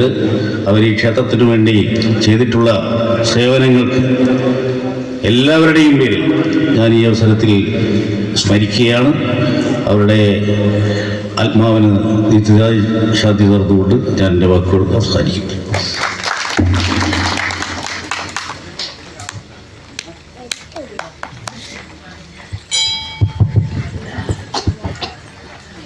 നമ്മെ വിട്ടുപിരിഞ്ഞു പോയ 3 പുണ്യാത്മാക്കളുടെ ആത്മാവിന് നിത്യശാന്തി നേർന്നുകൊണ്ട് ഈശ്വര പ്രാർത്ഥന ആലപിക്കുന്നതിനായി ആനന്ദികയെ ക്ഷണിക്കുന്നു.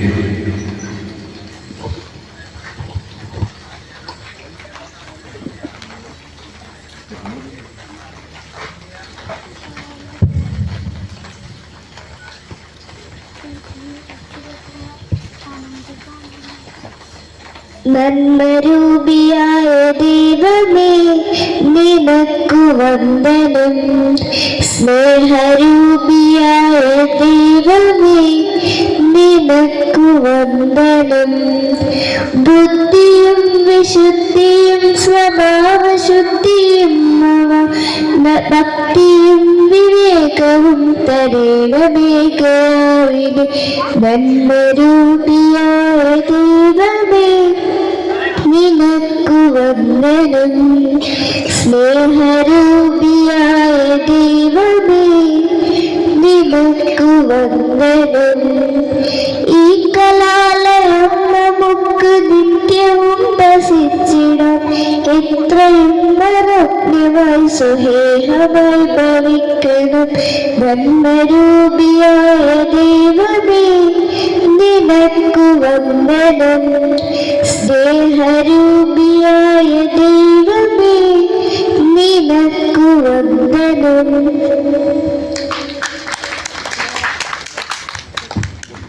ആശംസ അർപ്പിച്ച് സംസാരിക്കുന്നതിനായി ഉള്ളിയേരി ഗ്രാമപഞ്ചായത്ത് standing committee chairman KT Sukumaran അവർകളെ ക്ഷണിക്കുന്നു.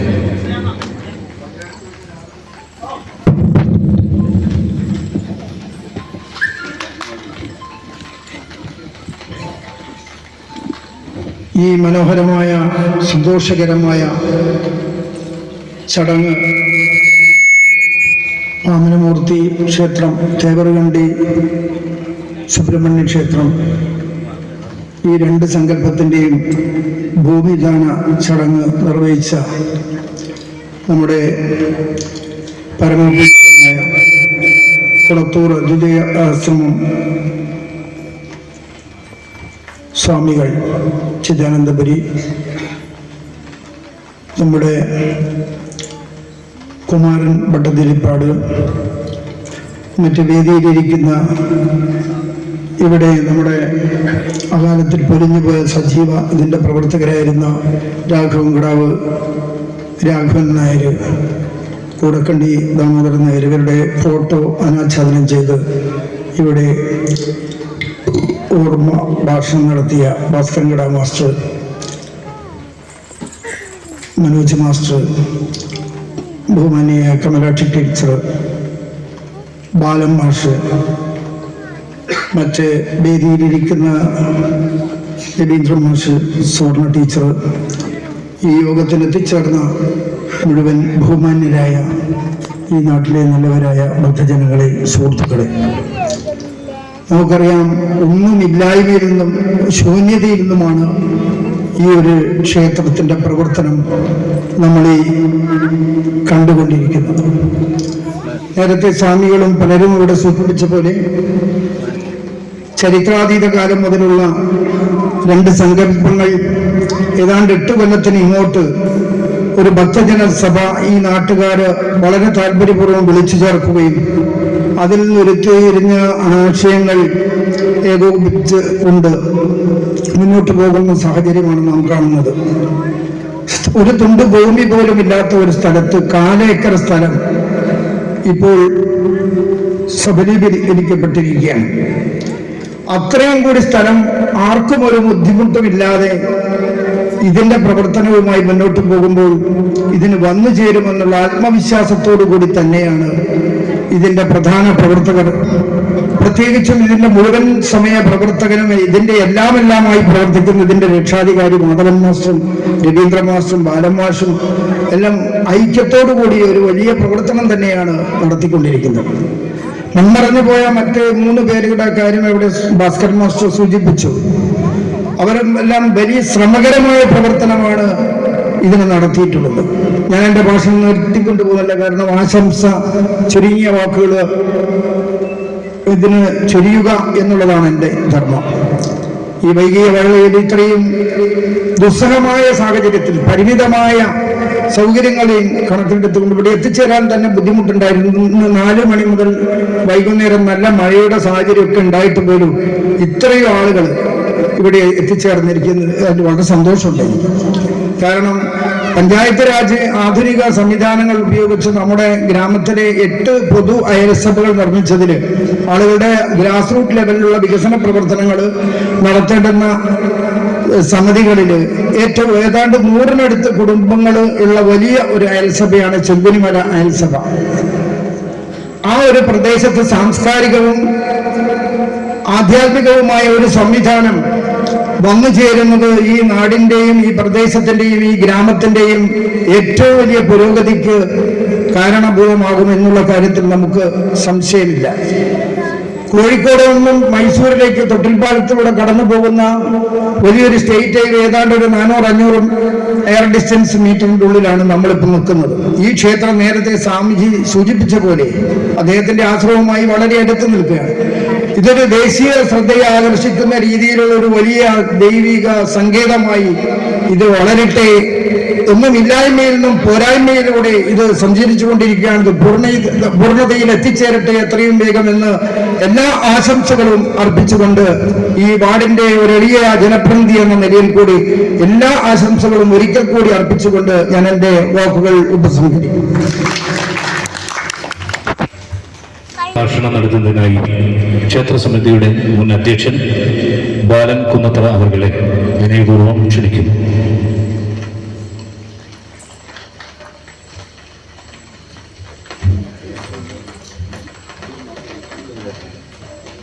ആദരണീയ സ്വാമിജി,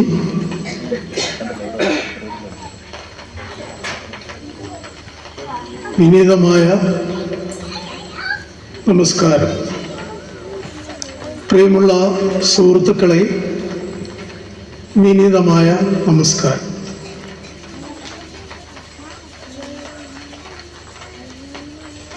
വളരെ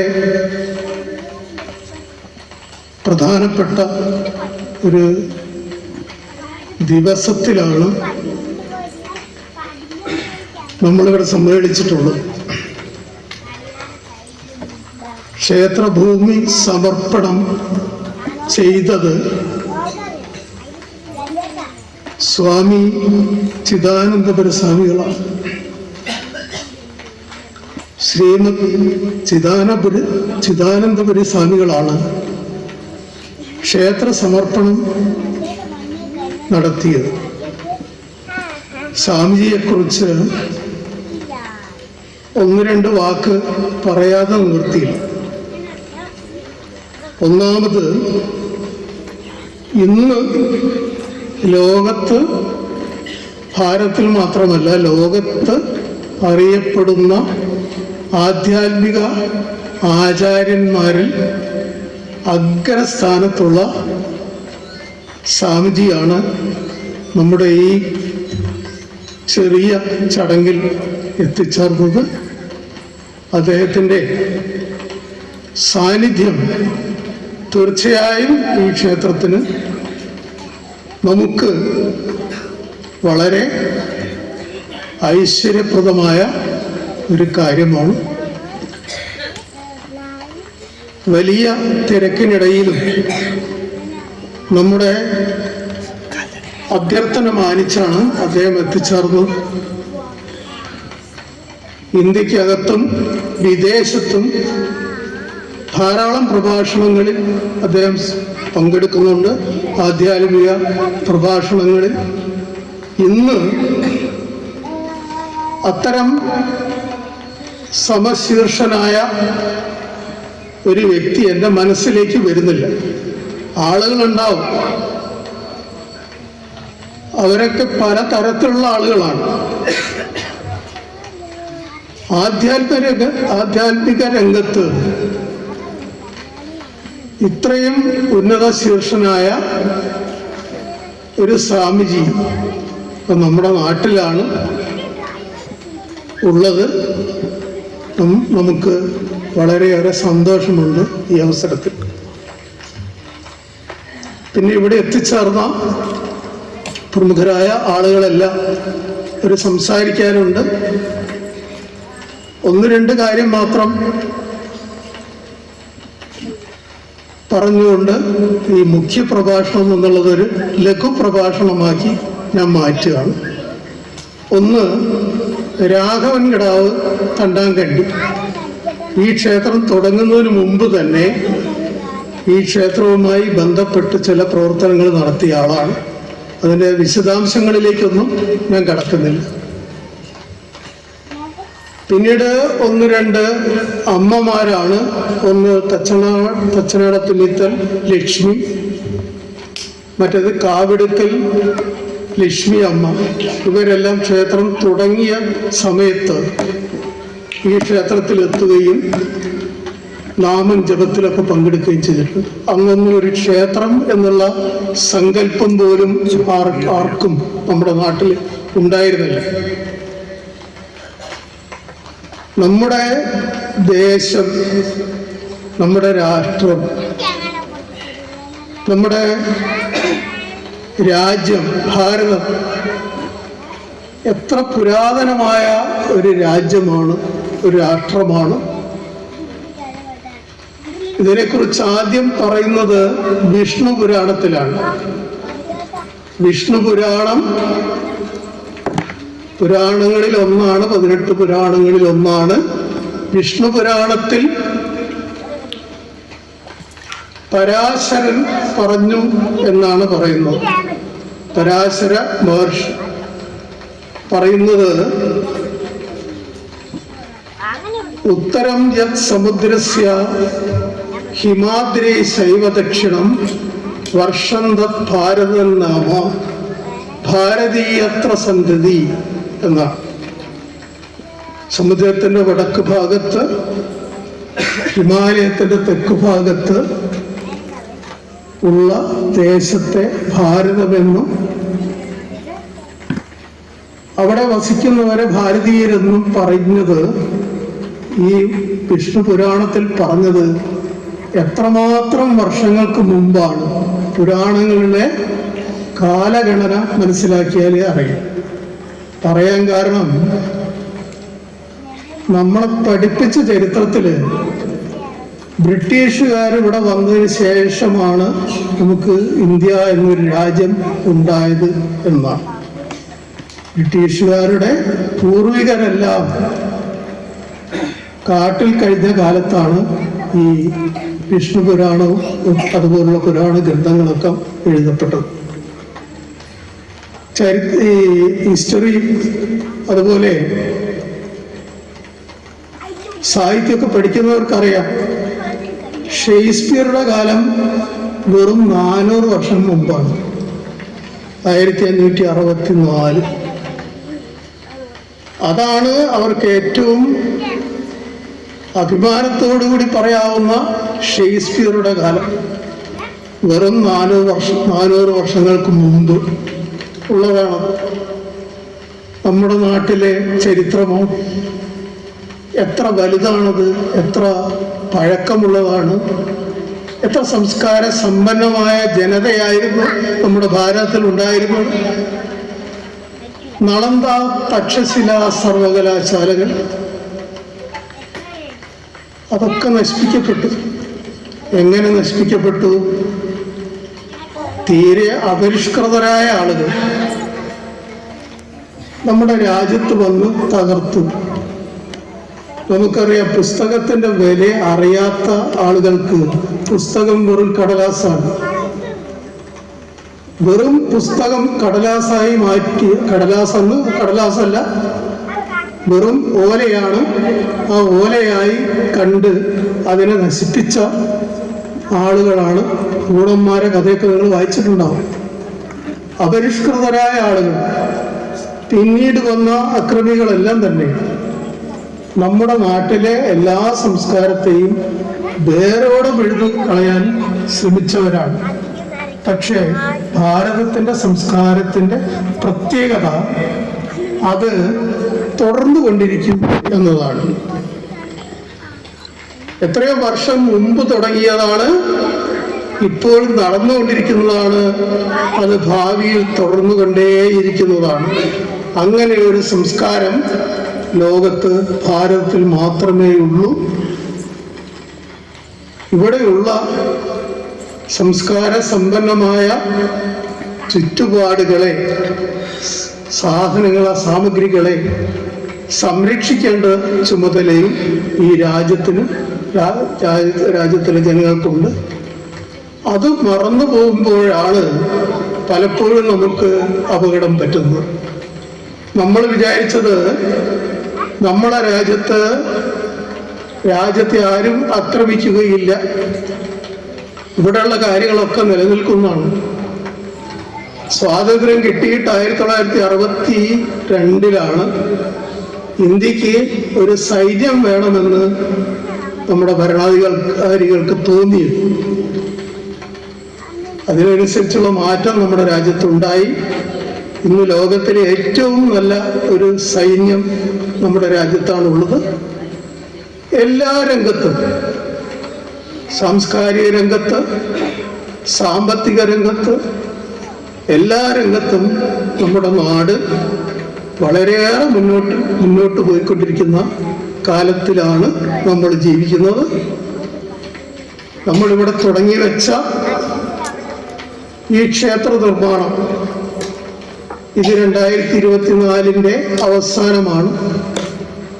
ചുരുങ്ങിയ കാലം കൊണ്ട് വളരെ മഹത്തായ ഒരു ക്ഷേത്രം ഇവിടെ നിർമ്മിക്കാൻ നമുക്ക് സാധിക്കും.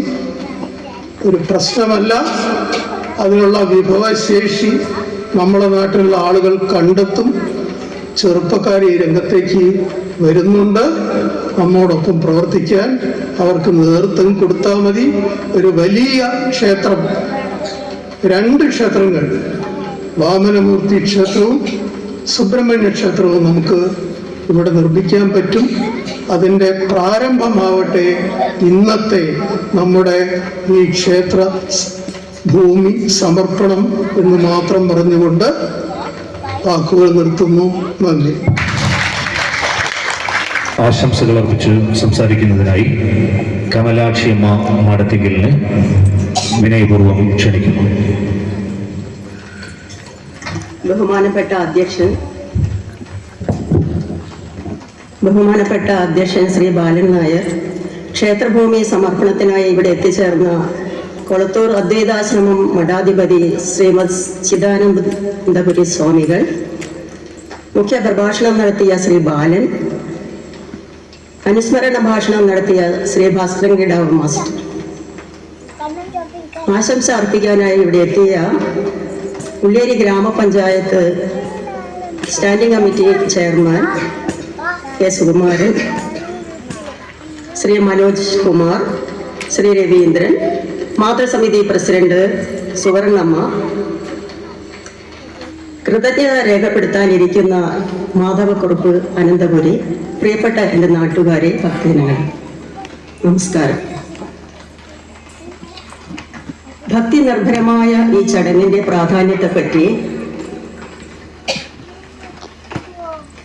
ചിദാനന്ദപുരി സ്വാമികളും മുഖ്യ പ്രഭാഷകനും അതുപോലെ തന്നെ ക്ഷേത്രം തന്ത്രിയായ പന്ന്യംവള്ളി കുമാരൻ ഭട്ടതിരിപ്പാടും വിശദമായിട്ട് തന്നെ നമ്മളോട് പറഞ്ഞു കഴിഞ്ഞു.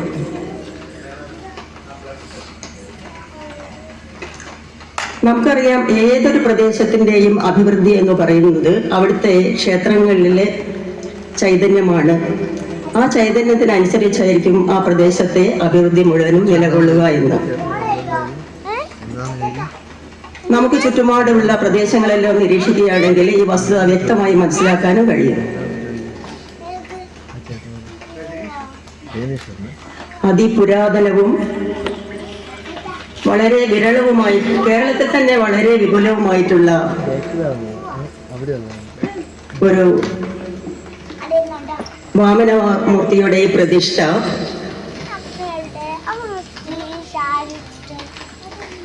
മഹാവിഷ്ണുവിന്റെ ദശാവതാരങ്ങളിൽ 5ാമത്തേതുമാണ്.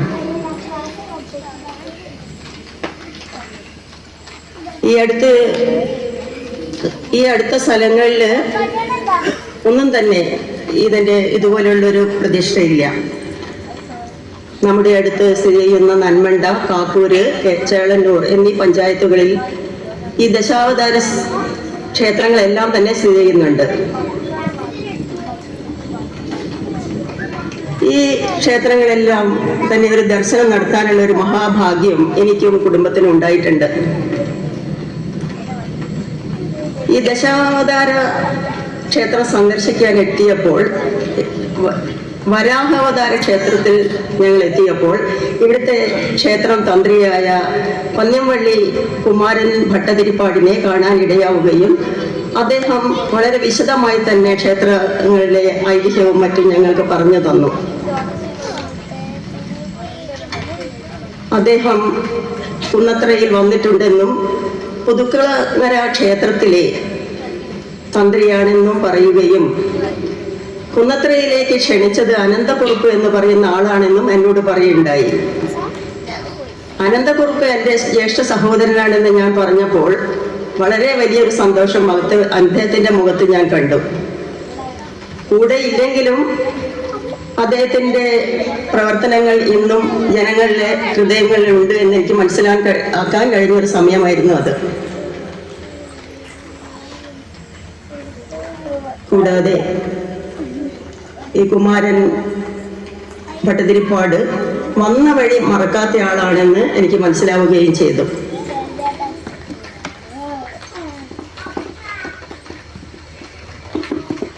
ഈ ക്ഷേത്രഭൂമി സമർപ്പണം ചെയ്ത അദ്വൈതാശ്രമ മഠാധിപതി ചിദാനന്ദപുരി സ്വാമികളോടൊപ്പം ഒരു വേദി പങ്കിടാൻ കഴിഞ്ഞത് തന്നെ ഒരു വലിയ മഹാഭാഗ്യമായിട്ടാണ് ഞാൻ കണക്കാക്കുന്നത്. അദ്ദേഹത്തിൻ്റെ പരിപാടികളിലും പ്രഭാഷണ പരമ്പരകളിലൊക്കെ ഞാൻ പങ്കെടുത്തിട്ടുണ്ട്. എന്നാലും ഇങ്ങനെ ഒരു വേദി പങ്കിടാൻ കഴിയുന്നത് ഇപ്പോൾ മാത്രമാണ്. അതിലെനിക്ക് വലിയ സന്തോഷമുണ്ട്. സ്വാമിജിയുടെ പ്രഭാഷണങ്ങളൊക്കെ ഞാൻ എല്ലാം മിക്കവാറും കേൾക്കാറുണ്ട്. അവിടെ അടുത്ത് വേങ്ങേരി ക്ഷേത്രത്തിൽ വെച്ചൊക്കെ ഞാൻ അദ്ദേഹത്തെ കണ്ടിട്ടുണ്ട്, അനുഗ്രഹാശിസുകൾ വാങ്ങിയിട്ടുണ്ട്. അദ്ദേഹം അമൃത ടിവിയിലും മറ്റും നടത്തിയിരുന്ന ഒരു രാമായണ പാരായണം ഉണ്ടായിരുന്നു. അതെല്ലാം ഒരു പ്രത്യേക ടോണിൽ അദ്ദേഹം വായിച്ചു നിൽക്കാൻ വളരെ രസകരമാണ്. ഞാനതുപോലെയൊക്കെ വായിച്ചു നോക്കും. അതുപോലെയൊന്നും എനിക്ക് വായിക്കാൻ പറ്റില്ല. കുറേ മന്ത്രങ്ങളും എല്ലാം ഞാൻ പഠിക്കാറുണ്ട് അദ്ദേഹത്തിൽ നിന്ന്. ഏതായാലും കൂടുതലൊന്നും ഞാൻ അതിനെപ്പറ്റി പറയുന്നില്ല. ഇനി എൻ്റെ പ്രധാനപ്പെട്ട ചടങ്ങായ ആശംസയിലേക്ക് കിടക്കുകയാണ്. കുന്നത്ര തേവർകണ്ടി ശ്രീ വാമനമൂർത്തി സുബ്രഹ്മണ്യ ക്ഷേത്രത്തിലെ ചൈതന്യം ഈ നാട്ടിനും നാട്ടിലെ എല്ലാ ജനങ്ങൾക്കും അനുഭവയോഗ്യമാവുമെന്ന് ഉറപ്പാണ്.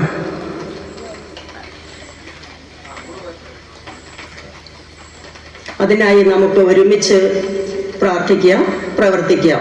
സങ്കല്പവും പ്രവൃത്തിയും സ്വാമിജി പറഞ്ഞതുപോലെ നമുക്ക് നടപ്പാക്കുകയാണെങ്കിൽ തീർച്ചയായും 2 ക്ഷേത്രങ്ങൾ അടുത്ത് തന്നെ ഉണ്ടായിത്തീരും എന്ന് നമുക്ക് സങ്കല്പിക്കാം. ഒരു നെഗറ്റീവ് തിങ്കിങ് അതിൽ വേണ്ട എന്നുള്ളതാണ് എനിക്ക് പറയാനുള്ളതും. എല്ലാം പോസിറ്റീവായിട്ട് തന്നെ നമുക്ക് ചിന്തിക്കാൻ കഴിയണം. എന്നാൽ അത് നടക്കുകയും ചെയ്യും എന്നാണ് സ്വാമിജിയുടെയും അഭിപ്രായം. നമുക്കത് അനുസരിച്ച് പ്രവർത്തിക്കാൻ പറ്റും.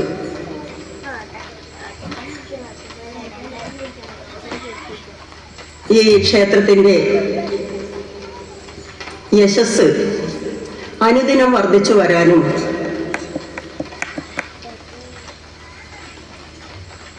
അതിൻ്റെ പുരോഗതിക്കായിട്ട് പ്രവർത്തിക്കാനും നമുക്കെല്ലാം സാധിക്കുമാറാകട്ടെ. ക്ഷേത്രത്തിൻ്റെ യശസ് വർദ്ധിക്കാൻ വേണ്ടി എല്ലാവിധ ആശംസകൾ നേർന്നുകൊണ്ടും ഇങ്ങനെ ഒരു ചടങ്ങിലേക്ക് എന്നെ ക്ഷണിച്ചതിന് ക്ഷേത്രം ഭാരവാഹികളോട് നന്ദി പറഞ്ഞുകൊണ്ടും എൻ്റെ ഈ ചെറിയ വാക്കുകൾ ഞാൻ ഉപസംഹരിക്കുന്നു. നന്ദി, നമസ്കാരം. ആശംസാ ഭാഷണം മനോജ് കുമാർ KP.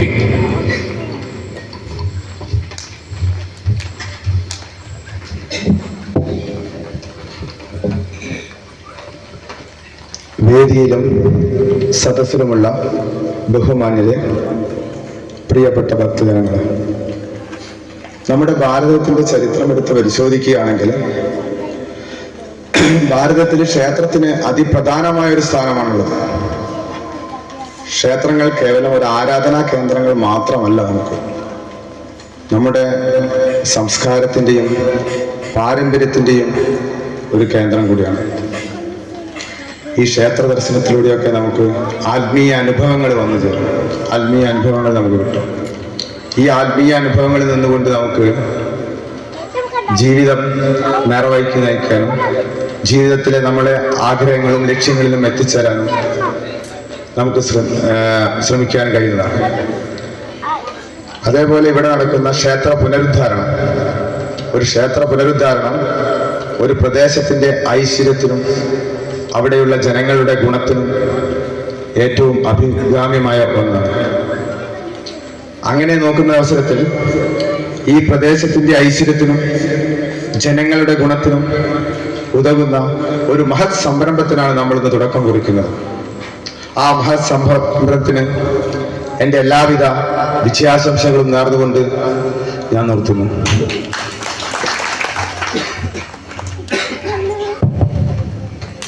ആശംസ അർപ്പിച്ച് സംസാരിക്കുന്നതിനായി കെ രവീന്ദ്ര മാസ്റ്റർ അവരെ ക്ഷണിക്കുന്നു.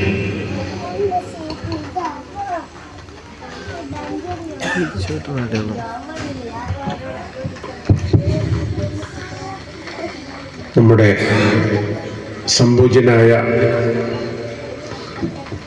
കുളത്തൂർ അദ്വൈതാശ്രമം മഠാധിപതി ചിദാനന്ദപുരി സ്വാമികൾ,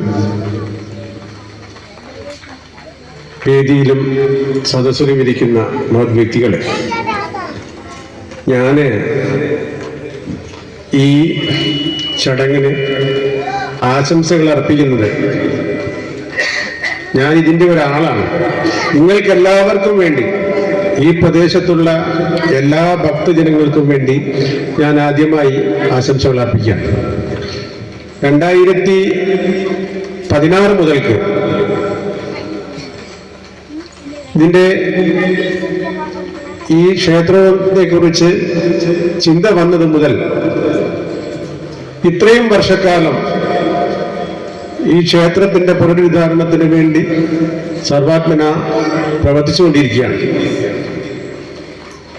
നമ്മളിപ്പം ഈ 3 ആളുകളെ ഫോട്ടോ ഇവിടെ വെച്ചിട്ടുണ്ട്.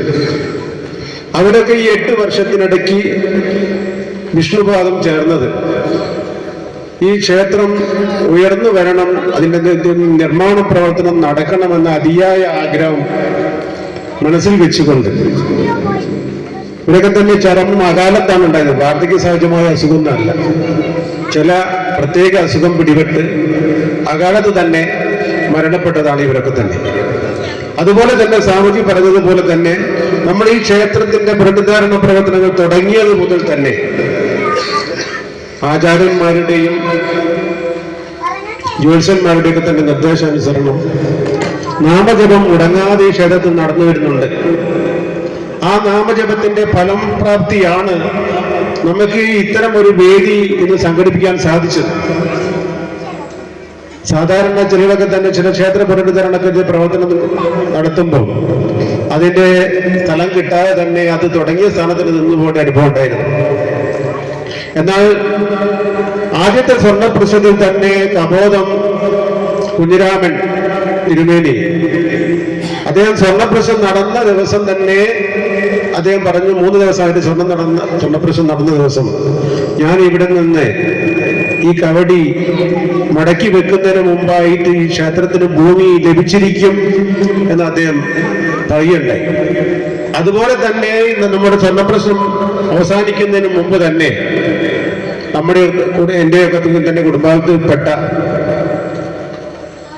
നാരായണേട്ടൻ എൻ്റെ സഹോദരിയുടെ പേരിൽ വാങ്ങിയിട്ടുള്ള ആ ഭൂമി അന്ന് തന്നെ പിന്നെ മരുമകനായ മനോജ് അച്ഛനോട് പോലും ചോദിക്കാത്ത പോലെ നമുക്ക് ഈ ക്ഷേത്രത്തിന് ആവശ്യമായ തൽക്കാലം നിൽക്കാനുള്ള ഒരു ഭൂമി തരുമെന്നാണ് വാഗ്ദാനം ചെയ്തു. അതിൻ്റെ തുടക്കമെന്നുള്ള നിലയ്ക്ക് ബാക്കി 10 സെന്റ് കൊടുത്തു. ഇനിയും ബാക്കി ഇപ്പോൾ 10-15 സെന്റോളം സ്ഥലം, ആവശ്യമായ സ്ഥലം അതിൻ്റെ ഒരു മാന്യമായ വില വാങ്ങിക്കൊണ്ട് പിന്നെ ക്ഷേത്ര നിർമ്മാണത്തിന് വേണ്ടി ക്ഷേത്രത്തിന്റെ തെക്ക് ഭാഗത്ത് നമുക്ക് ലഭിച്ചിട്ടുണ്ട്. നേരത്തെ നമ്മുടെ മെമ്പർ സൂചിപ്പിച്ചതുപോലെ തന്നെ ഇതേപോലെ തന്നെ ഇതിനൊപ്പം 25 സെന്റ് സ്ഥലം ഈ ക്ഷേത്രത്തിന്റെ ഭൂമിയായി ലഭിച്ചിട്ടുണ്ടെങ്കിലും നമുക്ക് അർഹതപ്പെട്ട ഭൂമി കുറച്ചു ഭാഗം നേരത്തെ ലഭിച്ചിട്ടുണ്ട്. ദാനമായിട്ട് ഒരു 14 സെന്റോളം ഭൂമി പിന്നെ ലഭിച്ചിട്ടുണ്ട്. അത് തർക്കത്തിൽ നിൽക്കുകയാണ്. അത് പൂർണ്ണമായിട്ടും നമ്മുടെ വിശ്വാസം മറ്റൊരാളുടെ ഭൂമി പിടിച്ചെടുക്കലല്ല, നമുക്ക് അർഹതപ്പെട്ട ഭൂമി, അടുത്തുള്ള ഭൂമി, അവരുടെ ഭൂമി അവർക്ക് തന്നെ നിലനിർത്തിക്കൊണ്ട് ക്ഷേത്രത്തിന് അവർ ദാനമായി തന്ന ഭൂമിയും നമുക്ക് ആസന്ന ഭാവിയിൽ ലഭ്യമാവുമെന്ന് വിചാരിക്കുന്നു. അതുകൂടാതെ തന്നെ നാട്ടുകാരും അടുത്ത സ്ഥലത്തിന് ഉടമകളൊക്കെ തന്നെ പൂർണ്ണമായിട്ടും ഇതിനെ സഹകരിക്കുമെന്നാണ് നമ്മുടെ വിശ്വാസം. നാട്ടുകാരുടെയും ഭക്തജനങ്ങളുടെയൊക്കെ തന്നെ പിന്തുണയുണ്ടെങ്കിൽ ഏതാനും വർഷങ്ങൾക്കിടയിൽ നമുക്ക് നമ്മുടെ സ്വാമിജിയൊക്കെ ഇവിടെ പറഞ്ഞതുപോലെ തന്നെ ഒരു ക്ഷേത്രത്തിന്റെ നിർമ്മാണം നമുക്ക് പൂർത്തീകരിക്കാൻ സാധിക്കും. നമ്മുടെ മൺമറഞ്ഞു പോയ എത്രയോ ആളുകളുടെ തന്നെ പ്രാർത്ഥനയും ആഗ്രഹവും അവരുടെ ആത്മാക്കളുടെയൊക്കെ തന്നെ നമ്മളെ അനുഗ്രഹിച്ചുകൊണ്ടിരിക്കും. അതിനുവേണ്ടിയുള്ള പ്രവർത്തനങ്ങൾ നമ്മൾ കൂട്ടായി പ്രവർത്തിച്ചു കഴിഞ്ഞാൽ ഈ ക്ഷേത്രം നമുക്ക് ഉണ്ടാകാൻ സാധിക്കും. സ്വാമിജിയുടെ നമുക്ക് ഏറ്റവും അനുഗ്രഹം, നമ്മൾ ബാലമാഷ് നേരത്തെ സൂചിപ്പിച്ചതുപോലെ തന്നെ ലോകമറിയപ്പെടുന്ന മഠാധിപതി ഈ സ്വാമിജിയുടെ പാദസ്പർശമായ ഒന്നാമത്തെ സ്വാമിജി നേരത്തെ ഇവിടെ ഒരു സപ്താഹം നടന്നിരുന്നു. 2 സപ്താഹം ഈ ക്ഷേത്രഭൂമിയിൽ അന്ന് സ്ഥലമില്ലാത്തത് കൊണ്ട് തൊട്ടടുത്ത പറമ്പിൽ വെച്ച് നടക്കുകയുണ്ടായി. അന്ന് സ്വാമിജി പറഞ്ഞിട്ടുണ്ട്, നമുക്ക് ഭൂമി ലഭിക്കും. നമ്മൾ പ്രാർത്ഥിക്കുക, നമ്മുടെ പ്രാർത്ഥന നമ്മുടെ ദൈവം ഭഗവാൻ അത് ഉൾക്കൊണ്ടുകൊണ്ട് തന്നെ നമ്മുടെ ശ്രമം നേടിത്തരുമെന്നാണ് നമ്മുടെ ആചാര്യന്മാരും മറ്റുള്ള ആളുകളൊക്കെ പറഞ്ഞിരിക്കുന്നത്. അത് വെച്ചുകൊണ്ട് തന്നെയാണ് ആത്മാർത്ഥമായിട്ടുള്ള പ്രവർത്തനങ്ങളുമായിട്ട് നമ്മൾ മുന്നോട്ട് കൊണ്ടുപോയിരിക്കുന്നത്. നാട്ടുകാരുടെ എല്ലാവരുടെയും സഹകരണത്തോട് കൂടി കണ്ട് നമുക്കിവിടെ നല്ല രീതിയിലുള്ള ഒരു ക്ഷേത്രം പണിയാൻ സാധിക്കും. താൽക്കാലികമായിട്ടുള്ള റോഡ് നമുക്ക് സ്വായത്തമായി കഴിഞ്ഞു. ഇനിയും നമ്മുടെ ക്ഷേത്രത്തിനുള്ള ഇതൊരു തുടങ്ങുന്നുള്ള പൂർണ്ണ വിശ്വാസത്തോടു കൂടി തന്നെയാണ് ഈ കമ്മിറ്റി പ്രവർത്തിച്ചുകൊണ്ടിരിക്കുന്നത്. നാട്ടുകാരുടെ എല്ലാ ഭക്തജനങ്ങളുടെയും പൂർണ്ണ വിശ്വാസം ഉണ്ടാവുമെന്നുള്ള ഉറച്ച വിശ്വാസം നമുക്കുണ്ട്.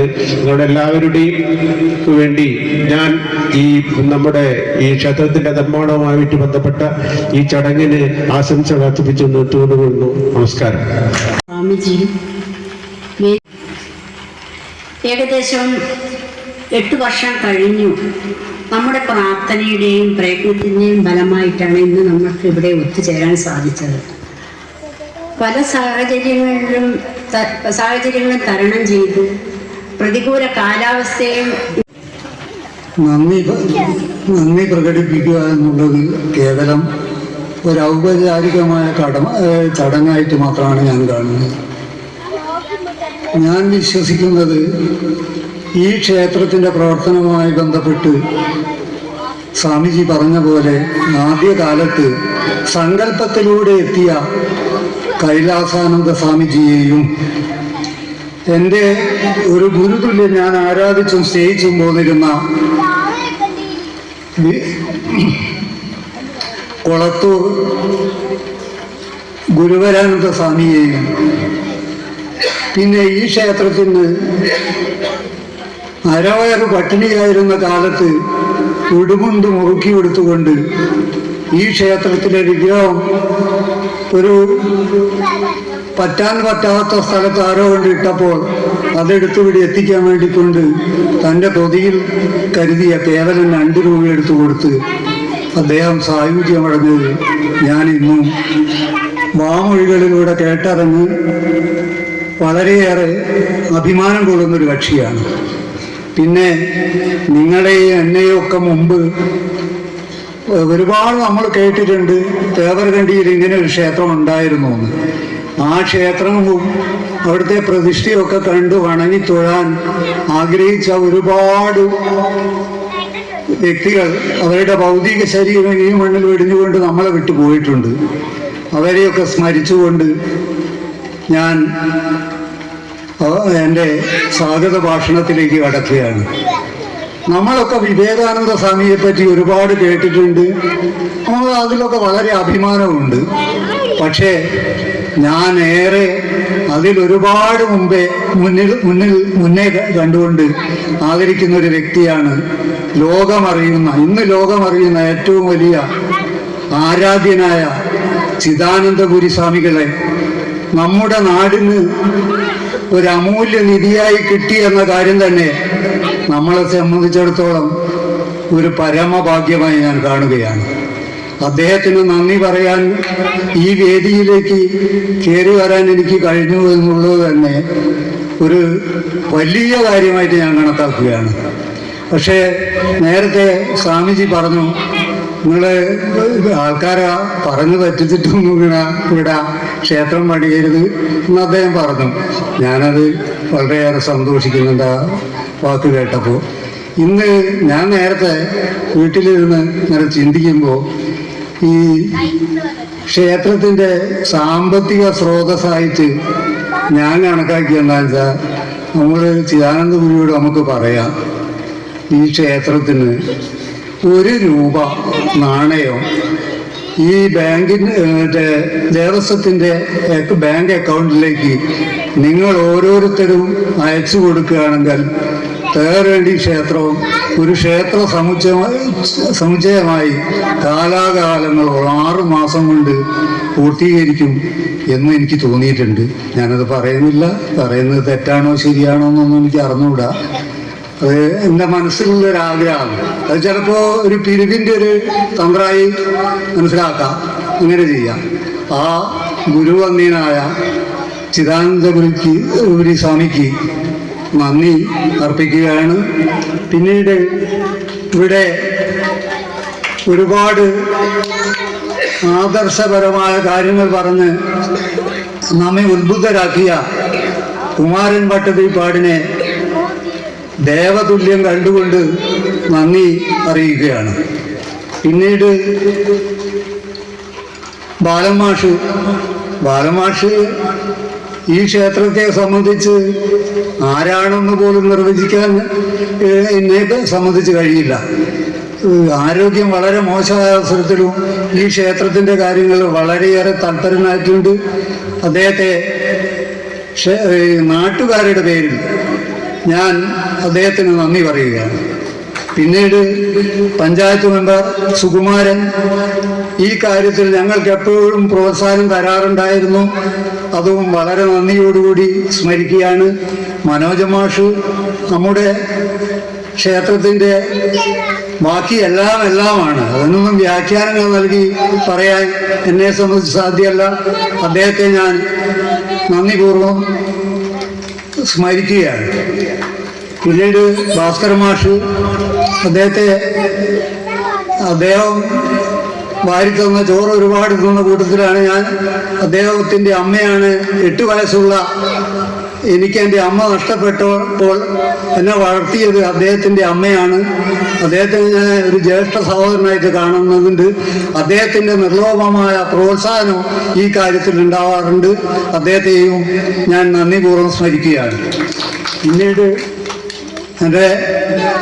എൻ്റെ എന്ന് ഞാൻ അഭിമാനത്തോടു കൂടി പറയുന്ന കമലാക്ഷി എടുത്തി ഈ നാട്ടിൽ നിന്ന് ഒരുപാട് ആൾക്കാർ പഠിച്ചിട്ടുണ്ട്, പെണ്ണുങ്ങളൊക്കെ പഠിച്ചിട്ടുണ്ട്, ചിലർ ടീച്ചർമാരായിട്ടുണ്ട്, ഒക്കെ ചെയ്തിട്ടുണ്ട്. പക്ഷെ ഈ നാടിനെ അഭിമാനിക്കുന്ന വിധത്തിൽ ഒരു ഹൈസ്കൂൾ HM ആയിട്ട് പിരിഞ്ഞ ഞങ്ങളുടെ കുടുംബത്തിൽ ഒരേ ഒരാളേ ഉള്ളൂ. അവരെയും ഞാൻ അഭിമാനത്തോടെ നന്ദിപൂർവ്വം ഈ വേദിക്ക്